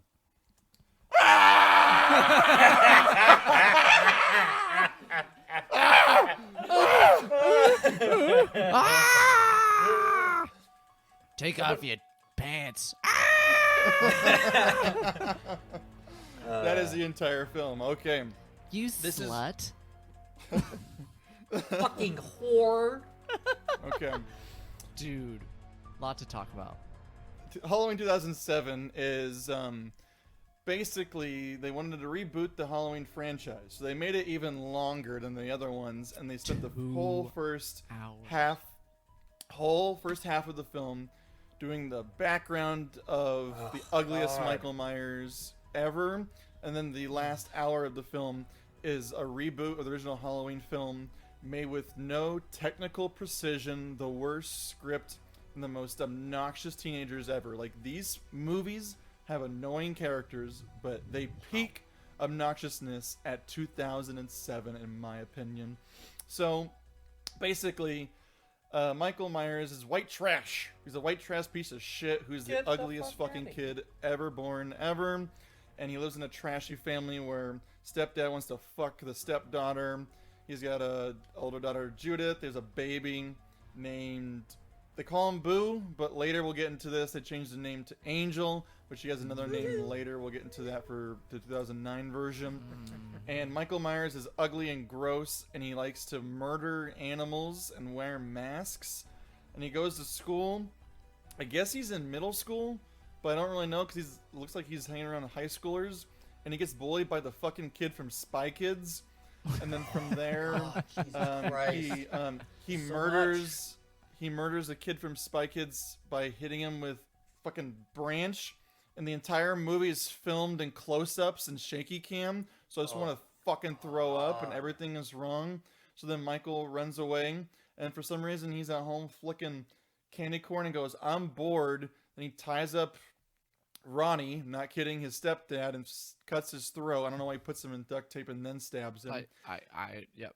It's And a then it's he- a homage to BTK, Ronnie. It's Hold on, it's artistry. Come on. Let me get to this shit. There's so much. So the movie opens with Kiss. Why do you open your movie with Kiss? I don't know why you did it. But then then he goes and upstairs and his sister's having nudie sex, even though she looks like Hell she's yeah. 16 years old. And then the boyfriend gets stabbed, kind of like Bill gets stabbed in the original one. Then he goes upstairs and is caressing his sister's thigh, and then he fucking stabs her. Then for some reason he doesn't kill the baby. He takes the baby outside. And then Rob Zombie's wife shows back up. Oh, she's a stripper, by the way. God damn it. And she's stripping to the fucking song Love Hurts. And then there's teens fucking, and then there's a murdering son. All three of these things are intertwined within quick cuts. And then Michael doesn't murder the baby, but he should murder the fucking baby for some reason. God damn it. And then the Michael Myers is locked up in a sanitarium. And then for some reason, Michael McDowell plays George Carlin. And then and he's like he's playing a cool like therapist, and they're trying to explain Michael, and Michael's making stupid silly masks that you make in kindergarten. And then he murders a nurse, and then Rob Zombie's wife kills herself, and then the movie starts over once again. And then Machete is in this, and then Michael breaks out, and he's like 8 feet tall, wearing a pumpkin mask, and doesn't look stupid at all. And he looks like he's a member of Slipknot.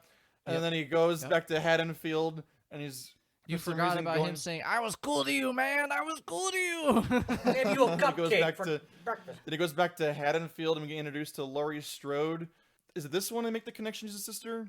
They do, right? No, Yeah. second one. Doesn't No, Racket no, say? second one. Oh, you're right. Yeah, they do. But then they do say Brad Dourif, who does the voice of Chucky, says that Laurie Strode is Angel or Boo, and then they adopted her and put her in a home. But for some reason, Michael finds her. I don't know how he does, and he wants to like not kill her, but like connect the family, because this film's about family. It brings the family closer together. And then Michael Myers has an Etsy business where he has a bunch of masks on. Then there's a bunch of annoying teenagers screaming and talking about sucking dicks and riding cocks. And then they're super punk rock, and they like Rob Zombie's music. It's really boring, and I hate it so much. And then I remember watching this with my dad, and the last 30 minutes is the longest fucking film ever, where it's Laurie Strode trying to hide in a wall and in the attic. Oh, and God. then it ends so abruptly. It's like Rob Zombie was ashamed of his own fucking film, and it's so abrupt and stupid and absurd, I actually almost applauded it. So I'll preface this all with, I saw Halloween 2 because that's what I was assigned. And I actually was okay with that film, so I went, man, well, maybe I'll like the first one too. Oh boy. Oh boy. These characters are so bad. The fact that he put pen to paper and was okay with these lines says so much about Rob Zombie. Like, the whole intro, the Ronnie, I was like, there is no human being that is that disgusting and awful consistently.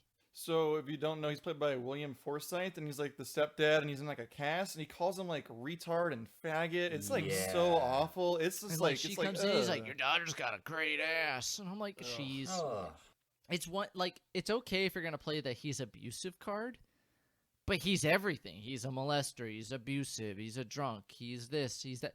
It's like, no person would be with him. You know what I mean? Like, it doesn't model, like, what a real, like, abusive situation would be like. No, you because know? all they're doing is screaming. It's like so over the top. My joke synopsis is perfect, because everyone, it's not just screaming like because the Laurie Strode character is screaming. I mean, the characters are just yelling at each other on top of their lungs. It is the most like cacophony of worst things ever. It's so fucking awful. And then the high schoolers, I just don't believe it. Yeah, high schoolers will talk dirty, but Jesus Christ. these are the sluttiest teenagers. like everybody they come on to. They threaten to have sex with every person they meet. Like it Threaten them with sex. I will fuck you. Like literally Michael Myers is standing there, and in Halloween the original, the characters maybe don't see him, or only Laurie sees him, and they go, oh, who is that? And like they move on. In this, they're like, hey, I'll suck your cock. I'm not even joking. And they're like, that's right, pervert. What, you want me to sit on your face? Like, you're like, what? These are supposed to be 16-year-olds. And they're like, God, like, she's such a cunt. And da-da-da-da. And I'm like, oh, my God. It is so nonstop. And I feel like dirty because I feel like Rob Zombie and Harvey were just, like, getting off to this screenplay. Yeah, Because okay. it feels indulgent, even for me. And that's why this film gets one boob. Oh, only one boob. Wow, only one boob. Because where Rob Zombie falters in screenplay, he gives the people what they want. Which is lots of boobs and lots of gore. Which I will, before I hand it off, while these movies are terrible, I will give them credit for Rob Zombie has a style. At least it feels like this film isn't some weird cookie cutter cash grab. It feels like he attempted to make his own, for as awful as it is. That's an applaud. And it kind of goes back to the classic of what a slasher film is, which is tits, gore, and that's it. Screaming. Yeah. Yes. Too much screaming. Like, it's not great. He does better in Halloween 2, but this one is dog shit. One boob. Yeah, so this one's a lot to take in. There's for sure a lot more things that are wrong with it that we can make fun of. One of the biggest things I said throughout the film, why it's so much close up and shaky cam, because the camera operator gets jolted by all the screaming, so he's constantly shaking. Oh shit. Yeah, that's one of the worst things about it. I will go off on what Shane said for the positive to give this something. I do appreciate it. It's not a shot-for-shot remake of the very, very first one. No, he does his own. And it's a big mistake, huge mistake, to personalize Michael Myers. Yes. Like, big mistake to do the backstory and all that. Stick with him. Like, Halloween 1 nailed it. He's just evil. Now, I do like Rob Zombie's where he is a person, per se. Like, he's kind of just a giant killer hobo, which I kind of liked.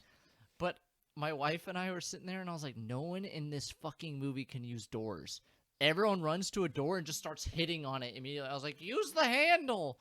And then Michael just, like, busts through everything. I was like, oh, that's why he doesn't use doors. He breaks through everything. It's like, where's Michael? It's like he's similar to Jason. Jason's he's the equivalent of if he walks up to a car, he just rips the door off instead of opening the door. I prefer Rob Zombie / White Zombie music. Obviously, he's got a couple good albums. But yeah, he's got an interesting filmography, which we probably don't need to go through that rabbit hole. But you don't need to have Michael Myers show as a kid. I understand that people want to see it and like, oh, what's like as a kid? You don't need it. Like to make the best film, Michael Myers Halloween film, you don't just assume like he's just a fucking horrible like psychopath. And the mystery of what's behind the scenes or in his head a little bit, it makes it even more scary or creepier. That's the best thing about Michael Myers. And Rob Zombie just took a shit on it kind of thing. Yeah. Okay, devil's advocate. You can have a backstory to Michael Myers. Okay, sure. Rob Zombie's going to take a different approach. But it's done so wrong. Michael Myers, like, in this film, is still born evil. He is, like, murdering animals, and he's just awful and shitty. You can add to it, his broken home makes it worse, but the kid is still fucked up. From the beginning, born evil, there's nothing to fix, so it's literally pointless. Yeah. The backstory is 100% pointless. They're just adding more to quote unquote why Michael's evil, and in the end, like you said, Shane, they're kind of making him human. Like he wants to reunite his family, but he's still like evil from the beginning, from the get-go. The first thing we see is him murdering his little rat like pet. So like so the broken home has no effect on this already fucked up kid. So by the time he's this big old monster, it's pointless. It's literally 100% pointless. So it's like you can't say he's pure evil. Look in the eyes. Look at the eyes. It's all evil. But really, when he stabs you, they roll into white.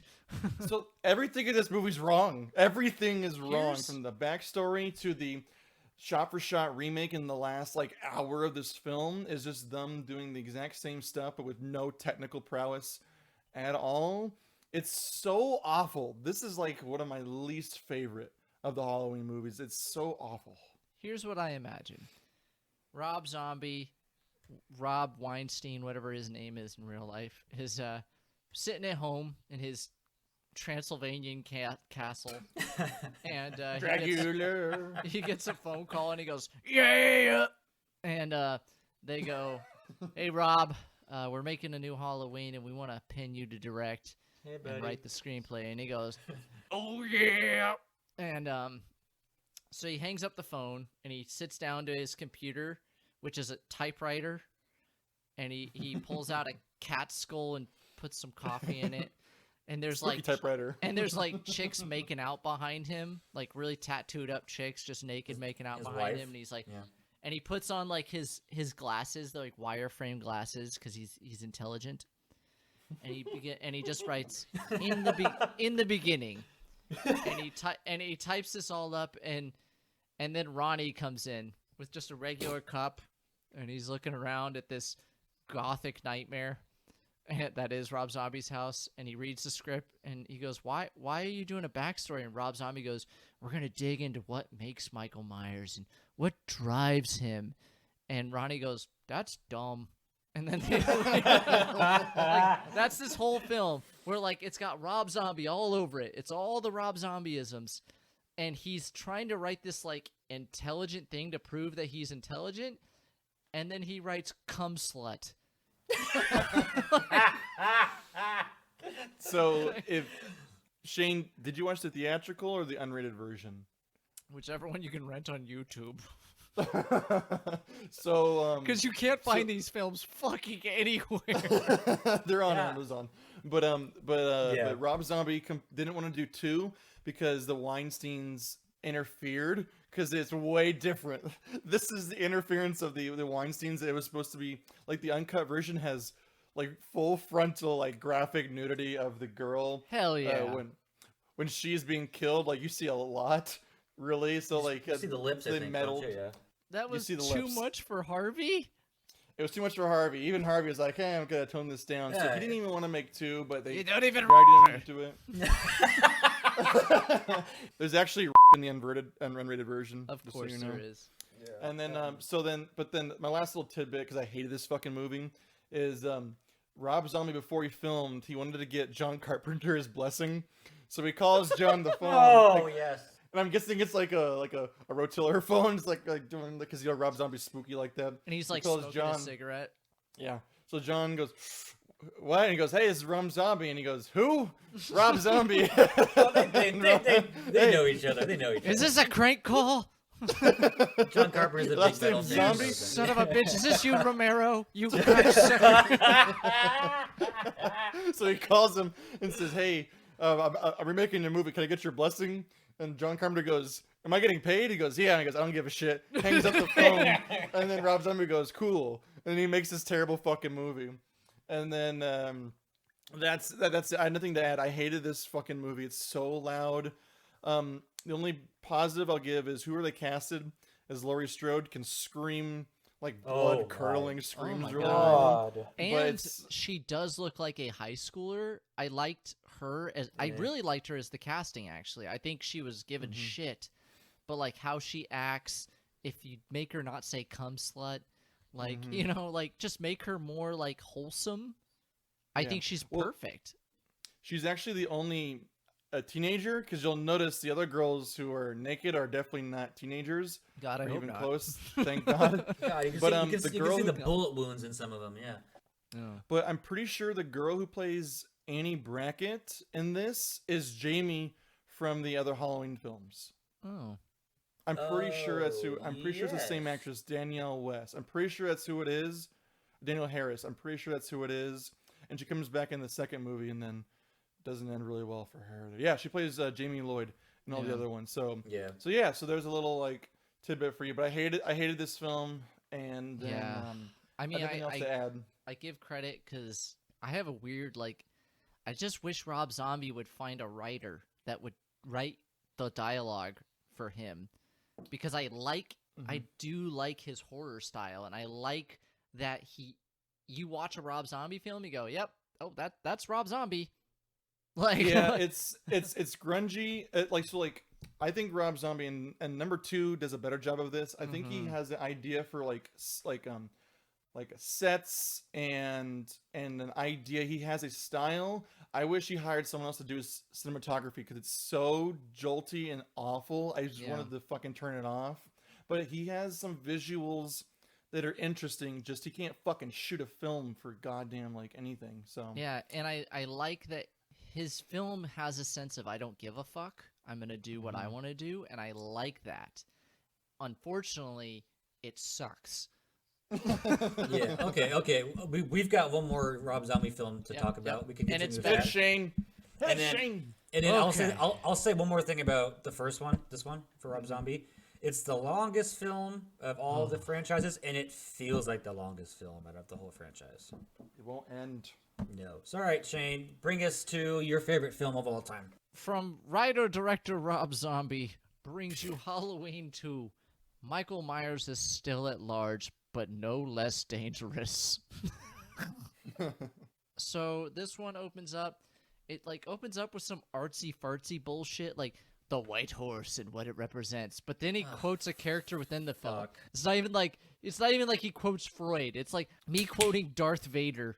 Like, you know what I mean? Being like, He does the exact same thing in the first Halloween. Opens with a Samuel Loomis quote for no reason. yeah, he just opens up with some profound thing, and it's by a character in the film, and I'm like, what? That's fucking dumb.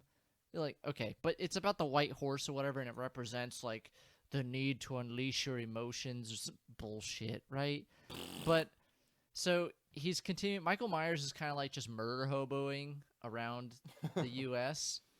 until it's Halloween again, and he's getting visions of his mother on a white horse or whatever, and she's like, you have to unite the family. So it gives kind of his drive and why he's doing this, I guess. Meanwhile, not Laurie Strode is she is staying with Bracket. Sheriff Brackett and Annie. And they've all recovered from almost being murdered by a zombie. They're vegetarian, and they make some pizza jokes and some early vegan jokes. The sheriff is just so dirty. Everyone just lives in filth in this town. But so Laurie doesn't sleep. She has these terrible nightmares about being murdered. I do like that he references the second Halloween in her dream. So there's this big dream sequence where she's being chased through the hospital. I was like, oh, they're just going to do the hospital again. Ugh. And then she wakes up, and it was like, oh, that was just a little homage to the hospital from 2. No. I hated that. Thank you. God damn it. So whatever. They go through, and Laurie goes to school. She hangs out with some cum sluts. And they proceed to go to a record store where they talk about capitalism, and Rob Zombie has his little hippie anti-corporatism record shop, and they all are like, yeah, we're gonna get dressed up for Halloween and get fucked. And we're like, oh, as an audience, oh, okay. Let's do it. So You'll live very long in this film. I'm trying to remember. They go through. God, really nothing happens. Some rednecks try to kill Michael, but they get killed.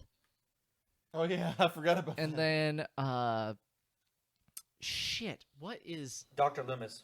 Oh, Dr. Loomis has gotten rich now off of writing the Michael Myers story, and everyone's like, you're a piece of shit. Even He though loves the everyone would be fuck. like, what? Why is he a piece of shit? Because This is blood money. You wrote a book for blood money. He wrote a book about the most prolific serial killer in cinematic history. Let's calm down. But so he's a cunt. Prolific? And he is an asshole who likes Starbucks. But so he's like, oh, Michael's dead, but he's really not because Michael's kind of disappeared. Shenanigans ensue. Lori finds out that she is Angel Myers from the book. That's why she's having these dreams. And so she just starts saying, I'm Angel Myers and I'm fucked. Like, so she gets drunk and they go to the most awesome Halloween party ever. And I want to look up that band because they fucking rocked. But, The friends of Rod Zombie, obviously. yeah, it was like a weird, like, I want to say like the Clash meets no, Rob Zombie. I have the band here. It's called Flogging Molly. Oh yeah. But they kicked ass. They were the best part of the film.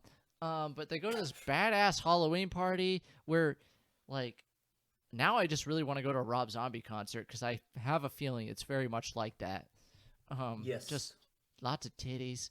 And so they're all dancing there. One of her cum-slut friends goes to a van with the wolf man. They're going to bang it out. But then he has to pee, so he dies, and then she dies. She's super drunk, so her friend takes her home. But not, like, to make out, but, like, just to go home. And then Michael Myers is there. They kill. He takes now Angel Myers to a shack.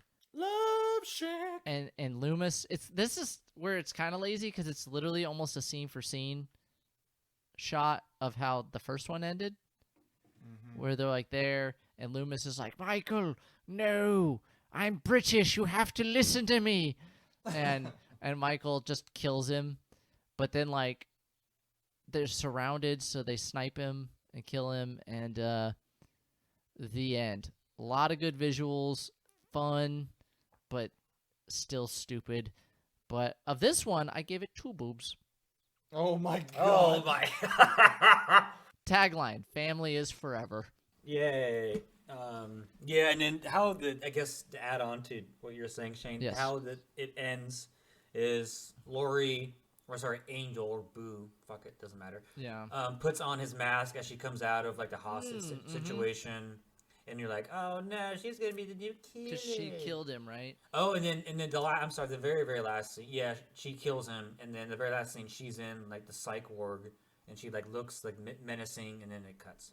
Yeah. Oh, yeah. Kind of like an homage to the Jamie becoming it, where it's like Hereditary. Also Psycho. It's a homage to Psycho because Yeah. it ends with like him sitting there smiling. Yeah. It's not a great film by any means, but Movie sucks. I actually got to watch this one, and I didn't like get up to go get something or leave. I actually watched it, which I cannot say for any of the other ones other than one. According to IMDb, there's a fan theory that I'm like, oh, this should have been the movie instead. The fan theory is like Michael's actually dead and Laurie's the one killing all these people, and it's kind of like a whole dealing with like the PTSD and trauma. So I'm like, oh, that'd have been a way cooler movie than this fucking piece of shit. So I like what they do with like Laurie trying to deal with the trauma, but then they just redo the other films and it's just screaming and loud and it's just the worst. I fucking hated this one. I like how he handles Michael Myers. I like how he's big and hulking. This one feels He's much more menacing. intimidating. And like when he stabs things, it's intense. It's violent. Like he's grunting. He's like, and you're like, oh shit. He's not just like choking someone and they're like, ah! Like he is murdering people. He's stomping faces into oblivion. Like he's very violent, and I like that. But then fucking zombie shoots it so up close and shaky you can't even fucking tell. It's so awful. He gets out of control, and then like zombie always has a fully naked woman running from him and getting killed, and you're just like, I hope these actresses had fun. You know what I mean? Because you're Hope just they like, got paid. this seems very exploitative. But of all the directors that are gonna make women get naked and do this stuff, I feel like Rob Zombie has like a whole crew that he rolls with, where he's like, "Oh, you need tits? I got them." Oh yeah, the Weinsteins. Oh yeah. Harvey's like, "I got the tits handled. Don't you worry." But just no rape. There was no yes. rape. We are back to the shaky cam, which is super annoying. I think this one's got more screaming, I think. That's my opinion. There's a lot of scream. No, the first one, maybe it's better placed in the second one, but I noticed it way more in the first one than I did the second one. God. Okay. Laurie's only dialogue is screaming, for sure. But so all the screaming in this is Laurie, but in the original one, every character is just fucking hollering. Yeah, Laurie, all she does is scream in this one, and it did get annoying after a certain point. Like, I almost, like, paused it just to get a refresher. Yeah. But... Hey, Shane, since you're talking about two boobs, did you notice that Laurie has a tramp stamp? Did I notice that she has a tramp stamp? Yeah. Isn't that weird? A girl who's just, like, 17 going through trauma is like, you know what I need to do to help socialize and be normal? Get a Anal. tramp stamp. Wait, what? Close. Yeah, it's really weird. Okay, so I know that Rob Zombie obviously like metal and punk, but like, why if Laurie's going through trauma, why does she have a fucking poster of Charles Manson on her wall and punk rock shit? All they did was go to God Zombie's house. damn Like, it. those are all just shot in his house. Or his son, or no, his son's house, yeah. You would think if they're trying to get over trauma, they would be like, hey, let's take down some of the blood and the black makeup everywhere and the fucking And the mirror walls, that man. says bitch across it. Oh my God, Jesus Christ. Yeah. What dad is just like, oh yeah, I like what you did with the bathroom. What does that say? Oh, Oh, she doesn't have a dad. you call the remember? toilet the cum bucket. Very good. Oh yeah, we didn't talk about that in Halloween 1. How Michael Yeah. just murders Laurie's fucking family. I love everyone, it. So Just- so she has to be adopted by. Because it came out of, even my wife and I went, Jesus Christ, like, jump scares usually don't get me, and that wasn't anything, but like, I did not expect him to just come up and chop that dude's head off, like, out of nowhere. The only positives I'll give about like the last 4 Halloween films have been released is they're fucking brutal and they make Michael menacing. Yeah. Yeah. I've got a question for the both of you. Can one or both of you explain why the mother keeps appearing in young Michael the entire time? Do you want the movie reason or the Rob Zombie reason? Because it's his wife. Yeah. He's got to get her work. Okay, no, she was in the first one. Yeah, she was. Yeah. She was the mom. I figure mom in the it was first one. his attempt to give Michael purpose or like reason behind his murder. It But doesn't make sense. It's so, dumb. that's my gripe. That's why I ask. In theory, Michael is seeing the hallucinations. He's seeing his mom, and he becomes Michael Voorhees because in the Jason movies, Pamela Voorhees is what motivates Jason to keep killing teenagers who are fucking and doing drugs. So basically, like in this one, I guess this is the best part of this is Zombie has a cool like visual style for this. The Yes. hallucinations, all the white and the lighting is kind of cool. But basically, his mom is leading him to make the quote unquote perfect family by bringing Angel back into the fold here. So he's like, it's giving Michael the motivation to doing it. But what confuses the shit out of me is like, why is Laurie connected to the hallucinations and the visuals? Because in the end of it, she thinks that young Michael is holding her down, and Loomis goes, "No one's holding you down, you crazy bitch. Why are you having seizures Yeah. right now?" Dumb So- cum slut, there's no one in here. it doesn't make sense at all once Laurie starts seeing hallucinations. It's just because Rob Zombie's like, it looks cool. It's just weird to know a 60-year-old man wrote lines for young women that are like, I'd suck his fucking cock. Like, you're just like, oh my God. Makes sense to me, honestly. Weinstein's.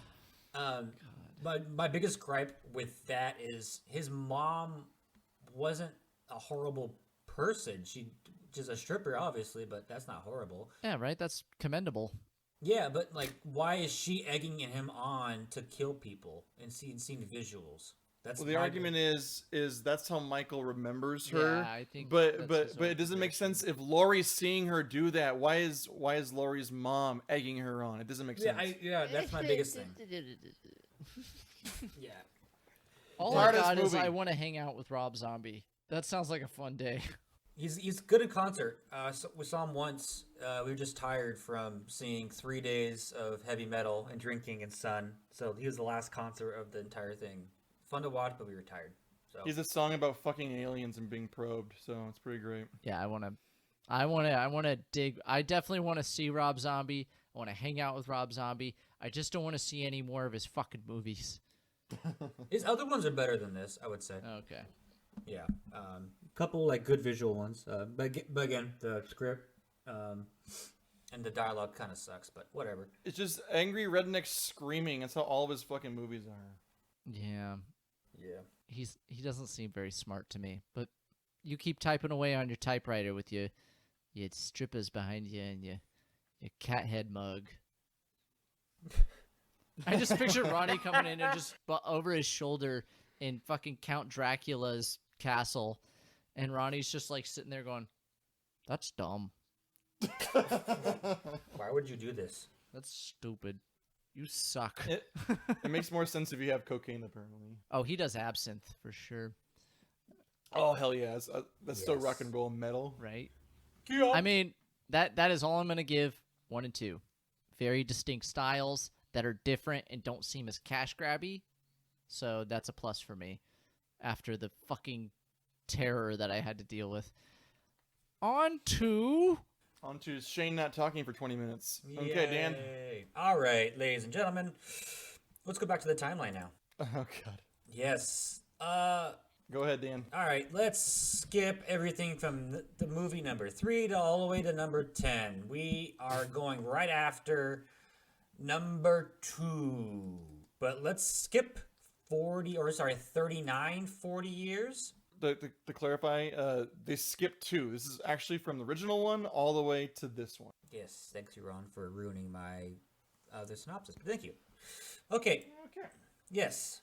We start this film as two dumbass podcasters, who the fuck would ever do a podcast, but whatever, walk into Smith's Grove Sanitarium and see not Dr. Loomis, because they finally cut him out and said he fucking died. They see the new Dr. Loomis, who's overseeing Michael, because he is in this facility just doing his own thing.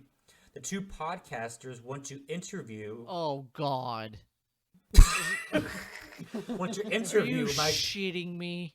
Just listen. They want to interview Michael and try to get him to talk. They bring his old mask back and try to see if that messes with him. He doesn't talk. He just stands there outside, tied to a square or some shit. He's not playing Foursquare or anything with other the inmates, but that's fine. It's whatever. And then they end up leaving. The two podcasts then drive to now Lori's new house, which is a fucking barricade in the middle of buttfuck, not California, but Illinois. We find out that Lori, for the past 40 fucking years, has got PTSD. She loves booze. Yeah. Aw. And this entire time, she learns to shoot, and she just prepares for Michael's eventual escape. Because again, she's seen the prior films that we are ignoring. So it's like T2. Yes. No, it's not at all. We also find out, as the podcasters end up talking to her for a little bit, find out that she had a child whose name is Karen, but she ended up losing custody of her because Lori's batshit fucking crazy and likes booze. But who doesn't, ladies and gentlemen, living in 2022? The podcasters then tell Lori that he's being transferred, again, to an actual prison after 40 years for some fucking reason. And Lori's like, well, here we go. It's going to happen now. So then we end up getting introduced to Lori's granddaughter. I think it's Allison or some shit. Insert white girl name here, which of course is Karen's daughter. We find out that Allison actually communicates with Allison here and there, and gives her money for some shit for graduating high school. I don't know. Whatever. I think she just likes... the granddaughter likes Lori because she likes to drink. Maybe probably supplies alcohol in the background. Doesn't matter. Anyways, moving forward. We then cut to Michael being transported on this children's bus with all the other psycho people. And the new Dr. Loomis, I don't even know his fucking name. Do I have it somewhere? Doesn't fucking matter. The new Dr. Loomis gets on the bus too because he wants to make sure Michael gets transported to the actual prison appropriately. Wink, wink. Turns out fucking the bus crashes somehow, and then Michael gets into a car from learning from GTA 5 and then ends up driving what will be Haddonfield. Laurie ends up hearing about this on the police radio because she's assuming he's gonna escape. She then goes to her daughter and granddaughter's house to warn them. The granddaughter isn't there because she's at a high school prom and gets cheated on her dumb fuck boyfriend. That doesn't matter. Who gives a fuck? Michael starts killing people in cool ways. Some like nice kills, better than the previous movies. And then Laurie takes her daughter and her husband to her sanctuary. Meanwhile, the sheriff, his name is Sheriff Hawkins, finds the granddaughter and also gets in communication with the new Dr. Loomis. They go out to hunt Michael Myers, and they conveniently just find Michael in the middle of the fucking street, run him over, and then as the sheriff is about to like handcuff him or stab him or something, I don't fucking know, new Dr. Loomis stabs the sheriff in like the throat and says, I need him to talk. I want him to talk and say a word finally, because he hasn't spoken in 40 years. What? Yes. And then, so then new Dr. Loomis puts Michael in the back of the cop car with the granddaughter, and then Dr. Loomis puts on the mask because he wants to feel how it is. As they're driving, Michael wakes up, kills the driver, but not the new Dr. Loomis, the driver of the cop car, as he's driving to Laurie's house. But he doesn't kill the granddaughter in her backseat. I don't know, whatever. What? The script asked for it, and then they all show up. And then Michael kills obviously Dr. Loomis, and then the granddaughter escapes, goes in the middle of the woods because she knows where she's at supposedly. Goes to Laurie's house. Michael shows up.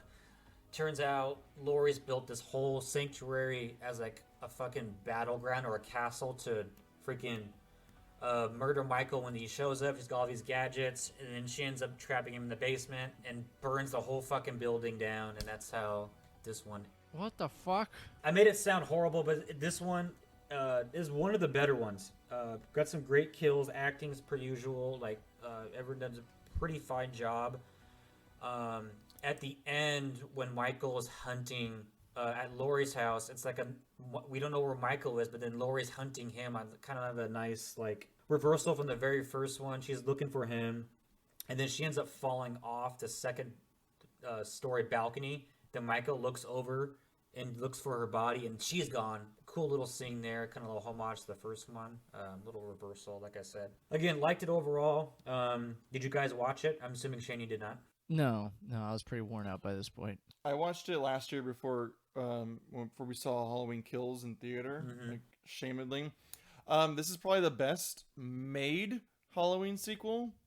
Like, yeah. It's surprising. Shane probably doesn't know this. It was made by David Gordon Green, who does like comedic movies. It was also co-written by Danny McBride.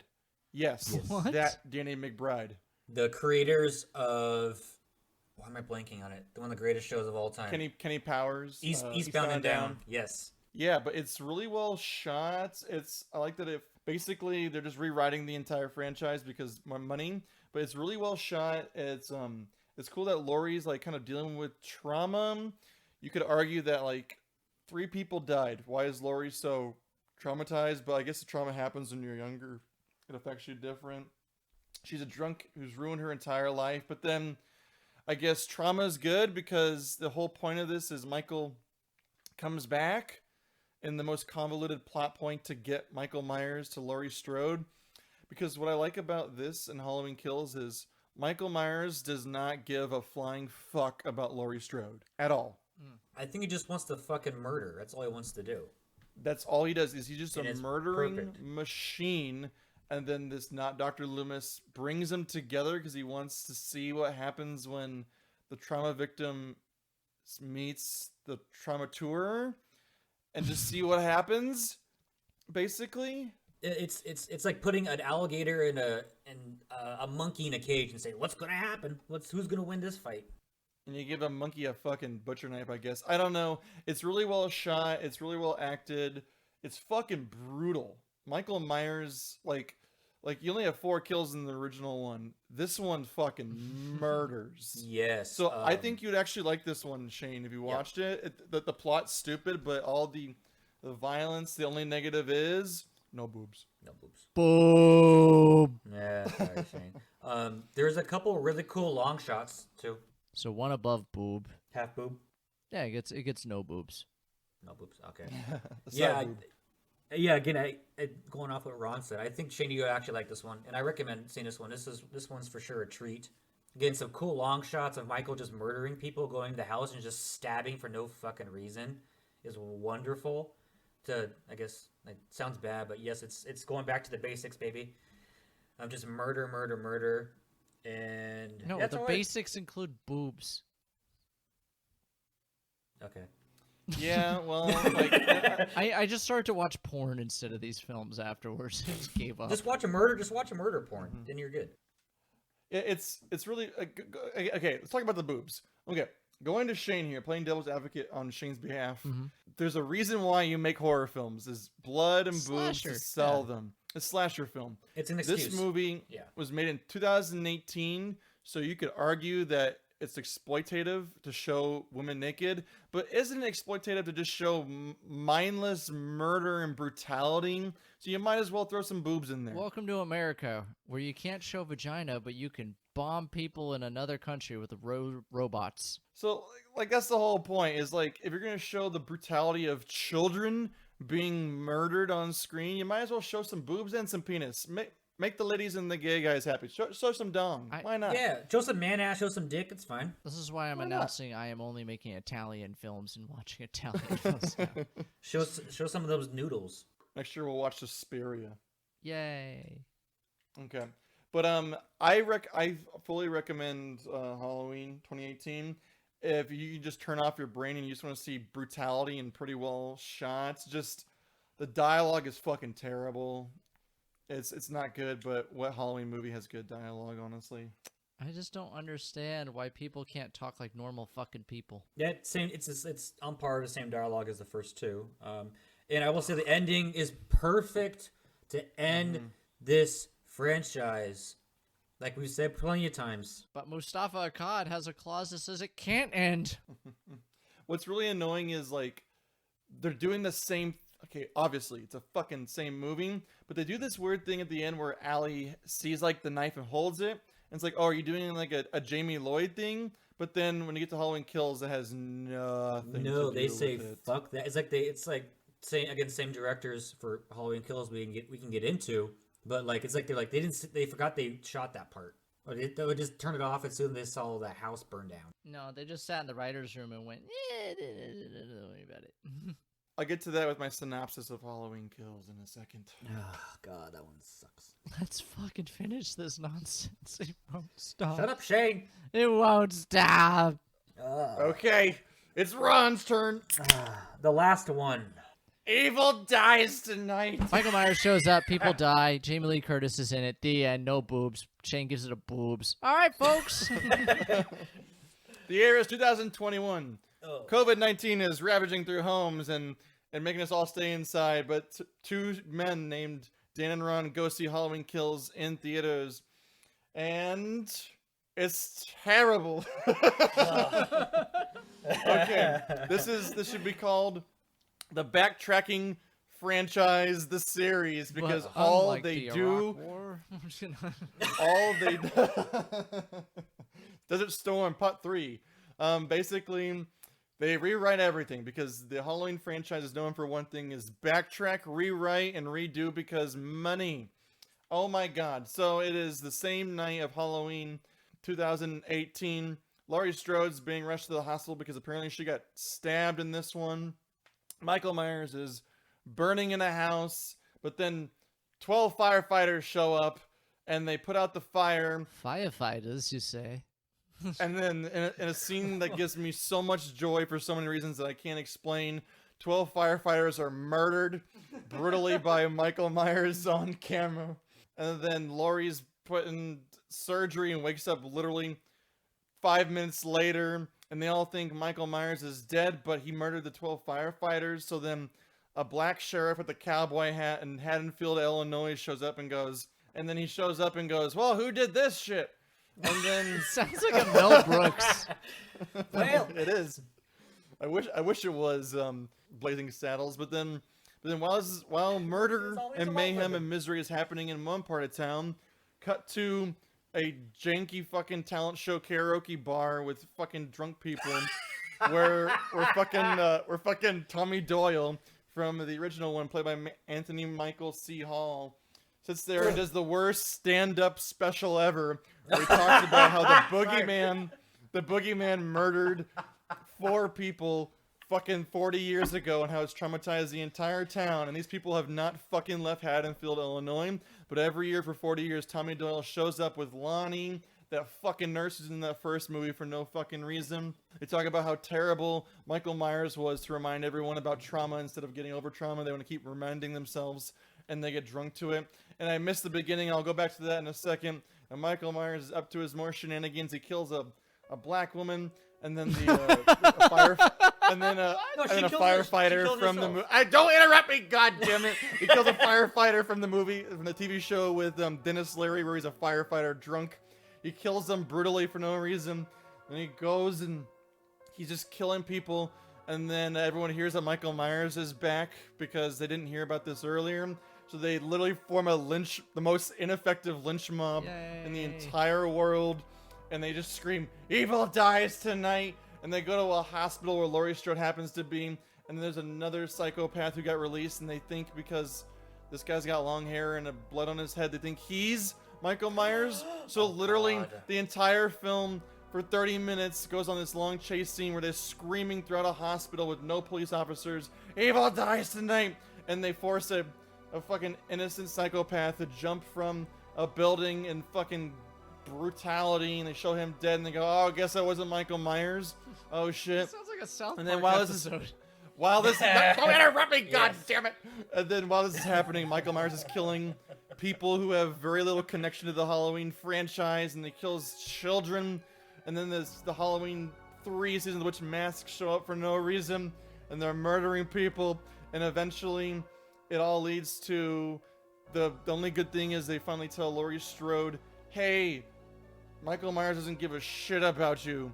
But then she goes to find him anyways, and then Laurie Strode's daughter, played by Trudy Greer, decides to take her daughter and to lead him to Michael Myers, the fucking flash mob, and the flash mob comes out with bats and guns. Flash mob.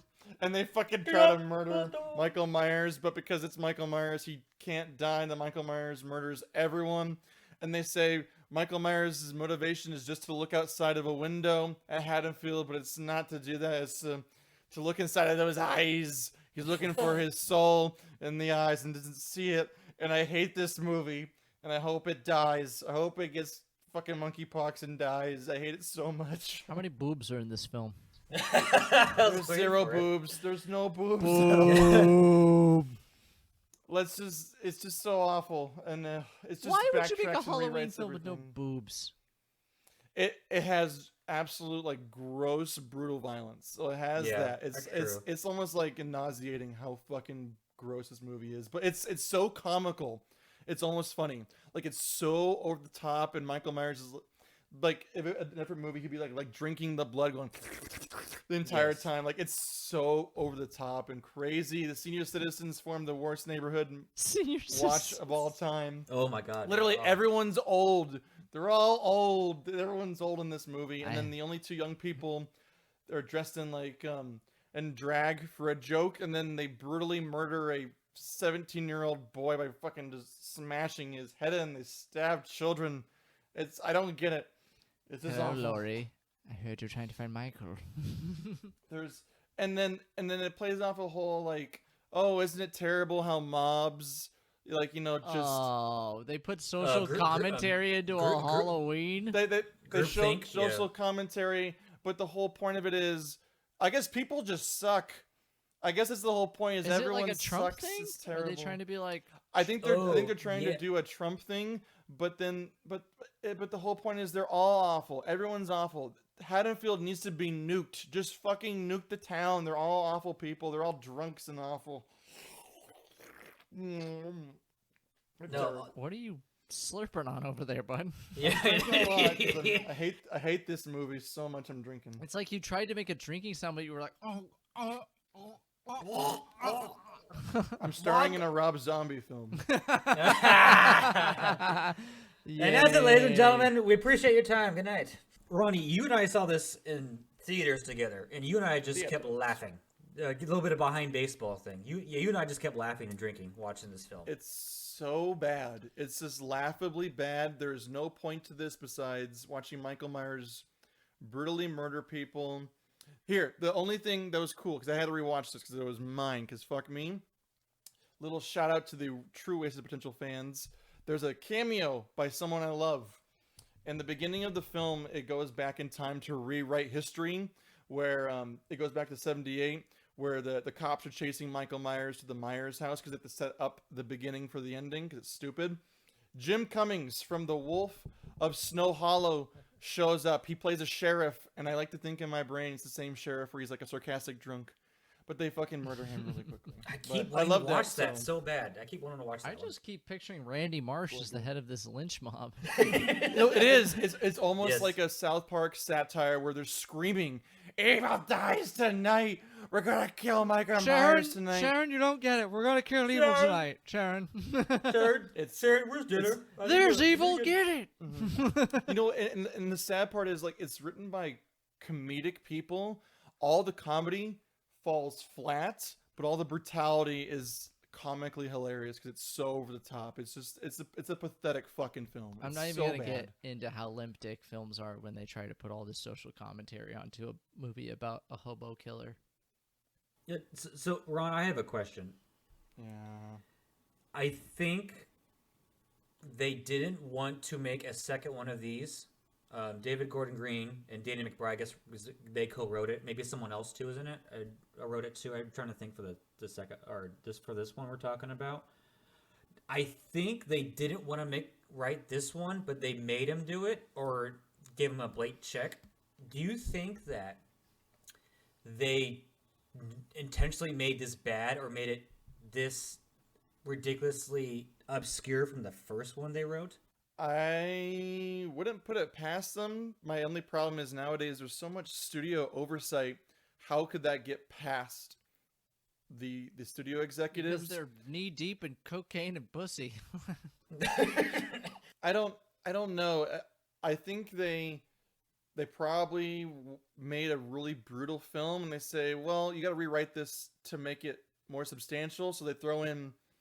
Jamie Lee Curtis says like Black Lives Matter was like inspirational for this. I think it's more of a Trump insurrection kind of thing. God. So it's just laughably embarrassing of how stupid everyone actually. I just picture Michael Myers wearing like a Black Lives Matter shirt, just like fist in the air. No. Michael Myers wore a shirt saying "No Lives Matter." Myers went fucking Trump 2024. White Lives Matter. Kanye. Anyways, he wore a shirt that said "Make Murder Great Again." White masks matter. Okay, there you go. I have nothing to say. Like I gave you everything I had. I have something to say. Oh God damn it! Halloween sucks. The entire fucking franchise sucks. It should be nuked from orbit. It's the only way to guarantee it's killed. It's one great movie followed by just pointless everything. It's an okay movie that people fucking went off on, and now we get this over and over every year until Mustafa Akkad dies. He actually so you know he died during the Rob Zombie remake, and it almost actually tanked the entire film because they had to stop and then get different money and a whole thing actually for backing. Yeah, and then his son went to produce it, I think. Oh, the Akkad family will never let this die. Evil dies tonight. Shane, I would recommend watching this just because after hearing our discussion of it, I'm not paying for any more goddamn Halloween. No, it's I think it's free on HBO Max because I might end up watching it again because it's so comically bad and so annoying. I want to watch a good movie like Super Troopers. Another thing is like a gay couple that's like they're good actors. They're the ones that moved into the Myers house. It's the guy from Righteous Gemstones. Righteous Gemstones. And then Michael, the guy from Mad TV, that guy, that tall, skinny white guy. No, not Michael C. Hall. Jesus. Michael, whatever. Keenan. McDonald? I don't know. Doesn't matter. He's a white guy. He's tall. Yeah, that whole thing was dumb. They tried to put that comedic thing in there, and that's why I think that the studio, like you said, Ron, like they made it brutal, and the studio's like, you gotta make it funny, you gotta put this in there, and then they're just kind of, and then Green and McBride are like, well, let's get two of our friends, just fucking put them in the old house. There you go, just to shut the fucking Hollywood up. This goes without saying, it's bankrupt of ideas, because I forgot that in the other Myers movies they do a lynch mob. It's the same shit. It's the Myers house. It's a lynch mob. There's some kind of psychiatrist yelling things. There's brutality. There's some kind of connection to the Strode family, and it's just like, this is just a bankrupt. John Carpenter didn't leave much to be milked from the franchise because he wrote a tight little that he wanted to end. He wanted to end. Goes back to your previous comment. He wanted it to end. Number 2 literally cut the knees out from anyone trying to make any more. And they have milked this corpse. These cum sluts have just... They're just chafing a dick right now. It's all it is. There's nothing coming out. It's just chafing it away. Daddy's tired. Yeah. And these films are the equivalent of when you come and he goes... They're coming dust. That's all it is. There Jesus it fucking goes. Christ. You're Okay. Yeah.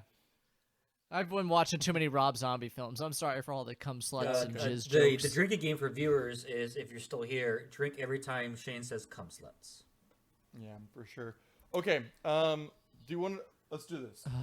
Okay. We're not gonna watch Halloween Ends. We're gonna do no reviews. We don't give a shit. By the time this podcast comes out, the movie's out. We don't care. But our idea is to do a little bit of if the Wasted Potential podcast was making Halloween Ends, how are we going to make this film? I think Shane's going to start us off with the first act. Okay. All right. Halloween Ends. Okay. Okay. Just so you know, the Halloween Kills ends with Judy Greer, the daughter of Jamie Lee Curtis, is supposedly killed in the Myers house. Oh, I love how you say supposedly. I love that. I know what's going to happen. Question. Am I trying to make it what I think it's going to be, or do I want to make it what I want it to be? Make it what you want. Oh, goody. Oh, Shane, because my mine is going to get out of proportion. The year is 1977. Opens up, Bush. Just huge. George W. Bush. Thank you. I was going to say, which Bush? And he is laying this lady down. Sorry, give me a second. Listen Okay, here. I'm going to combine it with a little bit of what I think it's going to be and what I would want it to be. All right, Act 1. Sounds good. It's going to be modern day. So, 2020 or whatever. They're going to be at a Haddonfield, Illinois. It's going to open up. Michael Myers, they're running stories how he's dead. Laurie Strode is dead. Like, there's like a book about how he's been dead. And there's like a tribute to Loomis in the town. Like, they have a fucking statue or some shit.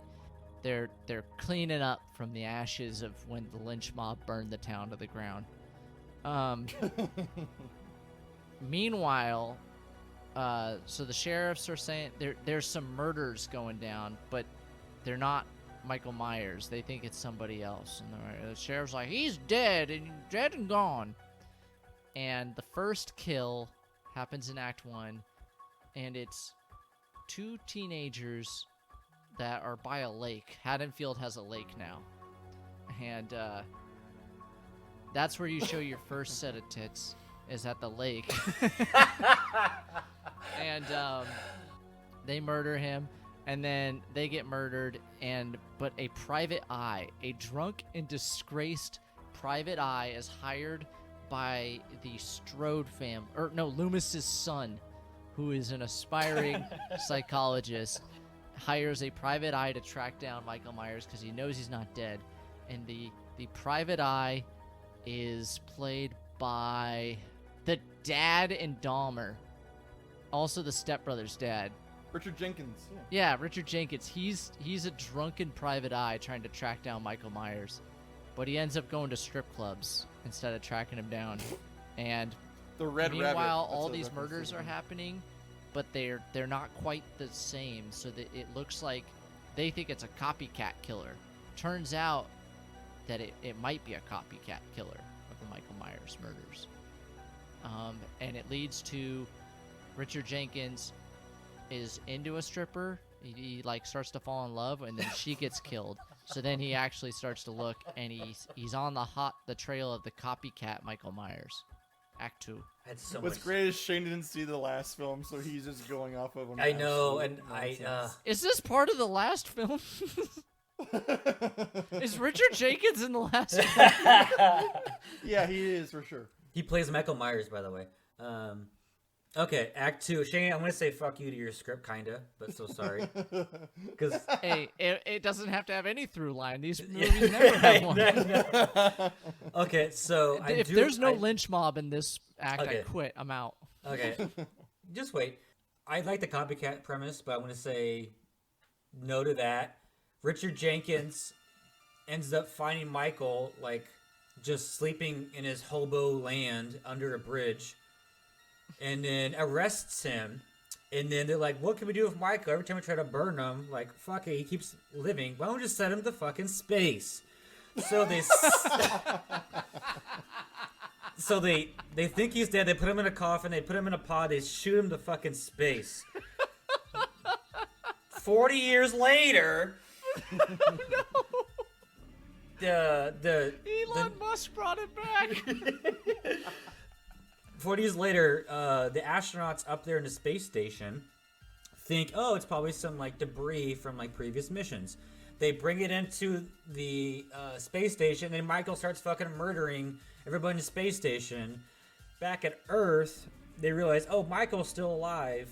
Well, let's find out who knows about this Michael Myers, because it's all written in books and no one gives a shit because there's mass shootings all around, and who stabs people anymore, right? 40 years later. Christ. It's so they bring back the granddaughter, Allison, to figure out how the fuck do we kill him. She's like, send me up there, I got it, as I smoke. I got this. So they end up Grabs a sending... lightsaber. Yeah. They end up sending Allison up there to try to figure out how to kill him because it's in space. Not like they can blow it up. Anyways, they send up Allison up there. Act 2. Go for it, Ron. Jesus Christ. Okay. And Ron, you can in also Act say... 3. Also, Ron, you can just say, fuck it, this is a dream. I don't know. Do your thing. I was gonna do that actually. Act 3. Allison's up in space, and then Michael's going around inside of the vents, going kind of like the xenomorph alien.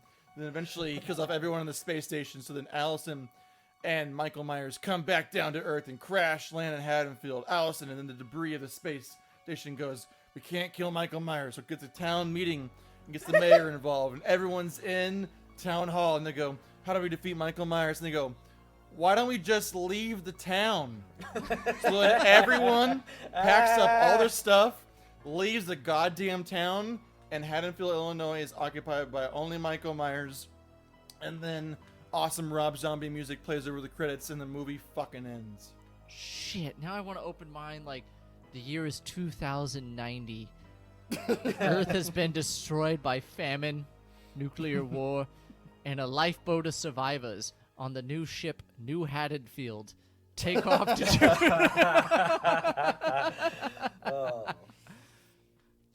to colonize a far-off planet. And how it ends, it, like a little teaser. Michael Myers like owns like, and when he lives by himself, he owns like a little like Halloween shop. He's got the mask from Halloween 3 in there, and then that's how it starts the next franchise. Yep. What we should do is we should take the movie Passengers with Jennifer Lawrence and Terminal List and and just put Michael Myers on that ship. Oh my God. So Jason X, basically, but with Michael Yeah. Myers. That was my Okay. inspiration. They put everybody in space besides Michael. Okay, so coming soon to theaters, Wasted Potential Podcast presents Halloween Ends Again for the last time, maybe. In Maybe. space. How did they kill him? I'm telling you, they just abandon the town and say, fuck it, who cares? And, they don't And come Michael back. just sits in his house alone. Basically Chernobyl, and he just stares out the window the entire time. He goes to Chicago, Now and that- it's like Myers in Chicago. Now that this entire stupidity is over, I know you're gonna make a little clip, but just look at the scenes and replace the Halloween music with Lionel Richie's "Hello," and it's so fucking amazing. Just hello, is it me you're looking for? Did you You forget guys wanna do about my- me? Don't you forget about stabbing. Da, da, da, da. We'll just Stab, put Michael stab. Myers in the Breakfast Club photo. Yeah, with a knife in his hand instead of Judge Reinhold. I have 2 more seriously serials. Do you want to do it or just skip them? Yeah. Yeah, why not? Yeah. Okay, last 2 seriously serials. This person was a pharmacist in Chicago who knocked out victims with gas and would sell bodies to universities and their skulls to make money. Dr. Acula. Incorrect. Drink. Give me a second. I like your angle here, Ron, though. Mm-hmm. Bill Cosby. Close. Drink. This serial killer was convicted of 30 murders before one of his cohorts who he was selling bodies to turned him in. Dr. Kevorkian. No. Drink. No, he helped people die that wanted to die. He's a helpful serial killer. Ron, yeah, I thought that's what you were going with. Damn it. It was not, actually. You gotta Dang guess. Bill Paxton. Drink again. Allison This, Bradley. Super close. O.J. This- Simpson. Super close. This person turned a hotel into a murder palace where he had secret rooms and chambers and dropped them down Oh. to the basement. Harvey Weinstein. Super close. I know his name. God damn it. Dr. Fauci. What's the guy? Oh my god. Is it Barack Obama? No. I said Chicago, so could be Barack. I don't know his name, but it was back in the 1900s, right, Ron? Yeah, 1890s. It was H.H. Holmes. Ah, damn it. You Sherlock guys Holmes.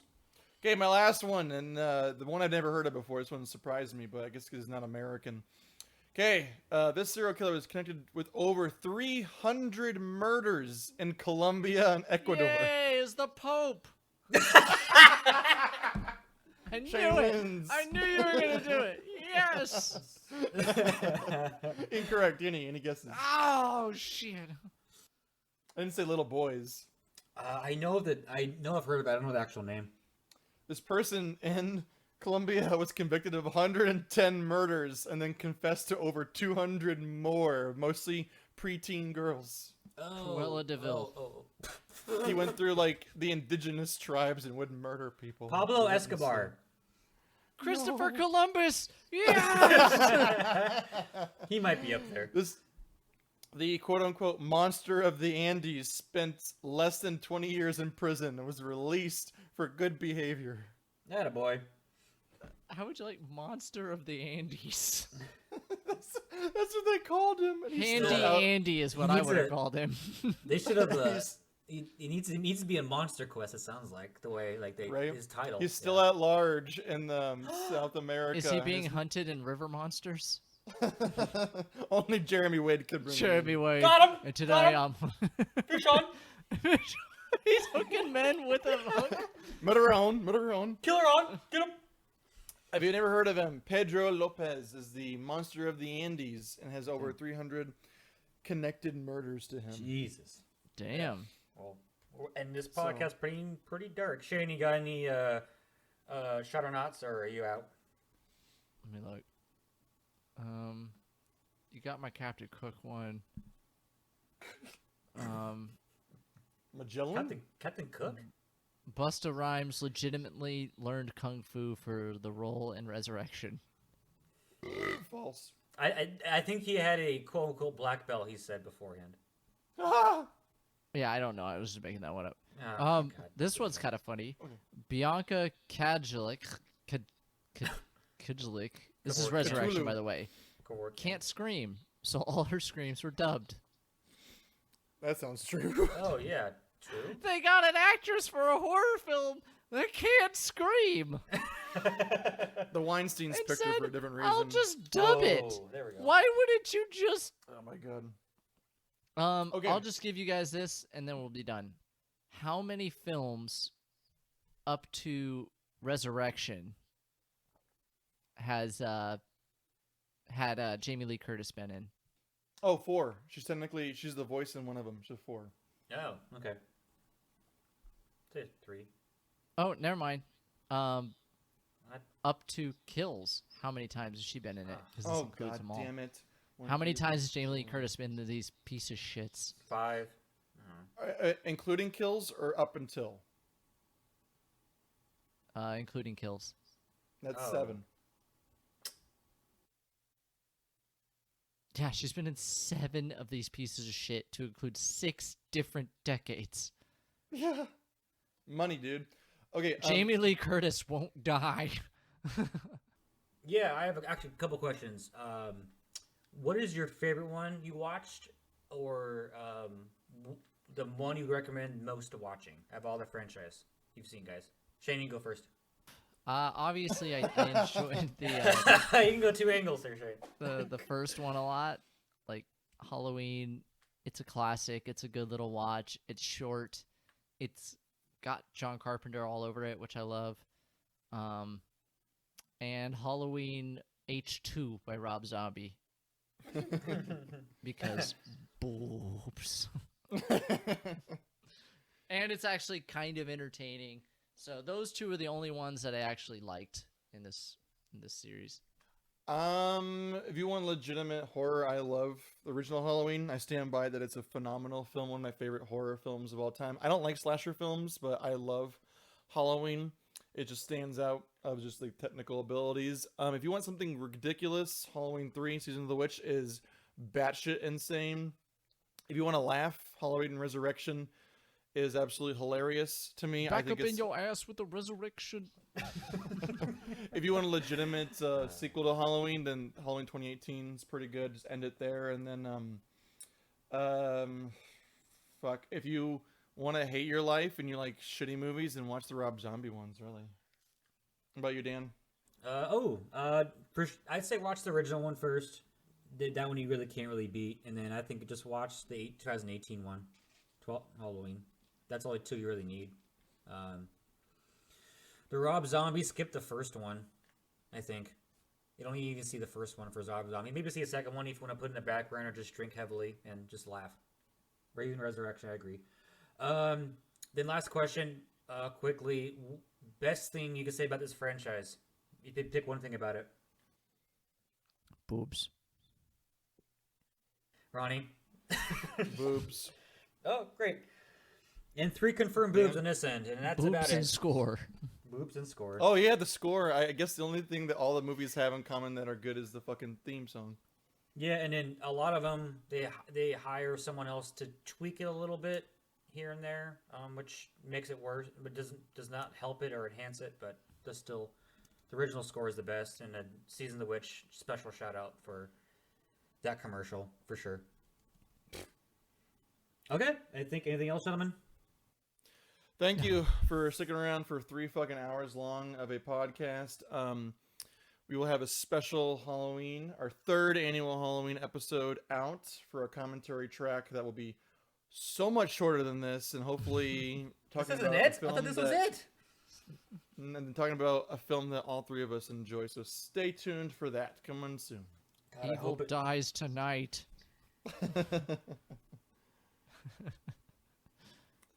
So Nice. take us out, Dan. Give us something good and it's strong. Strong. Thank you, Dylan. Thank you. How has Matthew McConaughey not been in a Halloween? He was in number 4, right? No. You watched it. Oh, shit. Oh, now's a good time to tell you I didn't watch any of these fucking films. You watched them, didn't you? You had to have.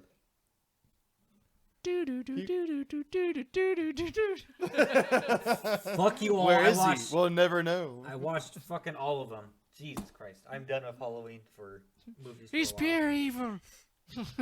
I guess the final question for Dan, Shane. We know the answer to Shane. Are you gonna watch Halloween Kills? Halloween Ends. I think I'm going to. I was going to ask you if you wanted to watch it. Let's go to the theaters next week and watch Halloween God, Ends. Jesus Christ. I got to fly out from Haddonfield. I hope they don't take our script. I think Shay might be on point for the copycat and like a sun thing. I think they'll do No, that. it's not. It's all the same night. It's gonna end in the same night because the last one was the same night. God, how long is the night? It's a really goddamn long night. Like the maybe franchise. it's like the movie 40 Days a Night. Maybe Hadfield's in Alaska. Speaking of Josh Hartnett, Hey, it all Oh. ties together. evil dies tonight. Evil dies tonight. Okay, I'm Pearl, fucking done. Pearl Harbor's was all caused because of Josh Hartnett, whatever his name is. Inhabit. All right, done. Bye. Jesus. Fuck off.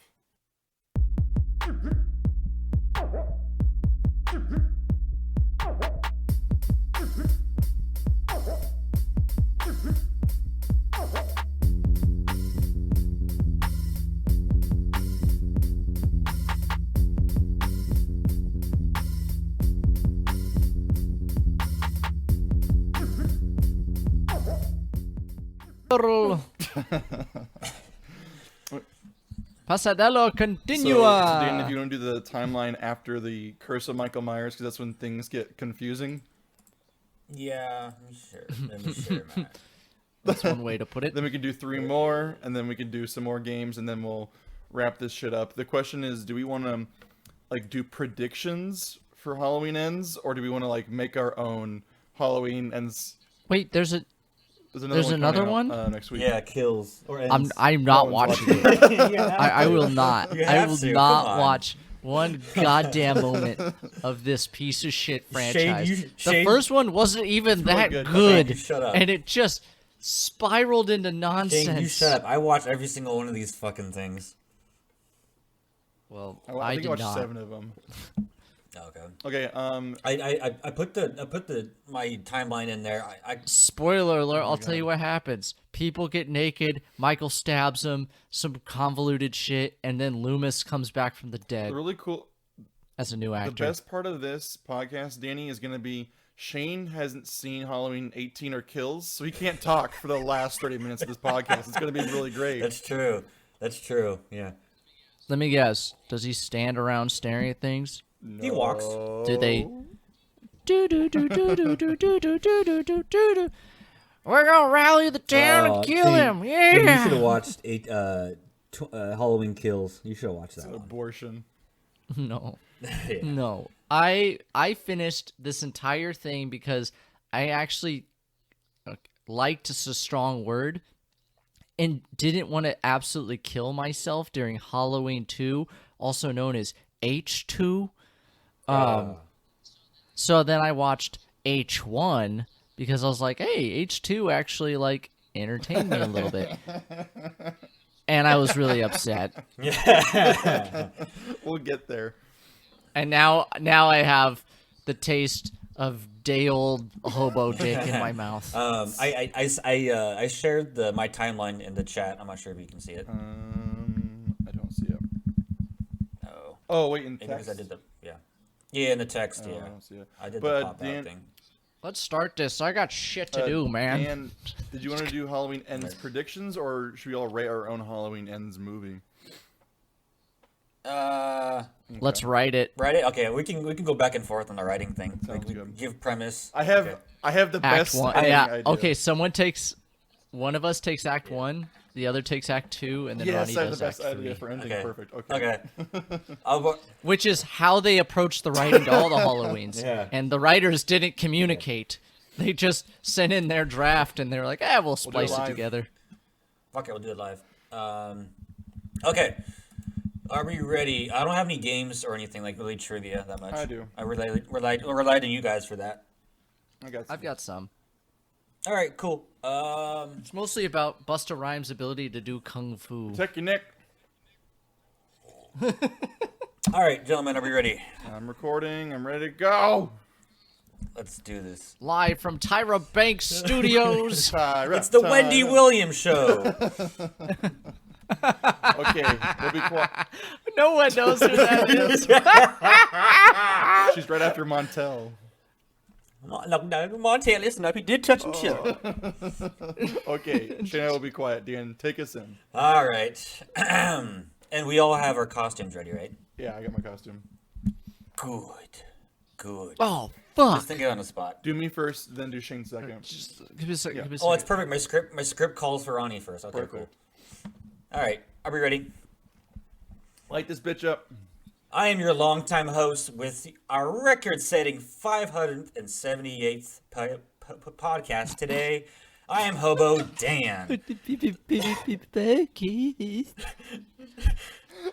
No, I'm just kidding. For those of you who have not, We're turned gonna this get the off yet, in fucking all seriousness- hantavirus from all these goddamn rodents.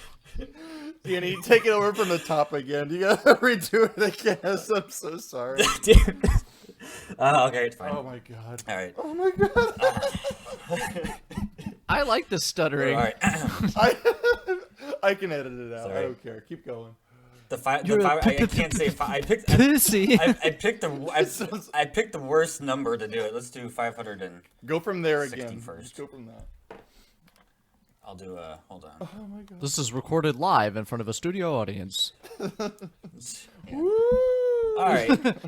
Aww. Oh. Good for him. They gave him a microphone. All right, I got it. All right. I'm back. Good luck editing that run. That's gonna be a shit show.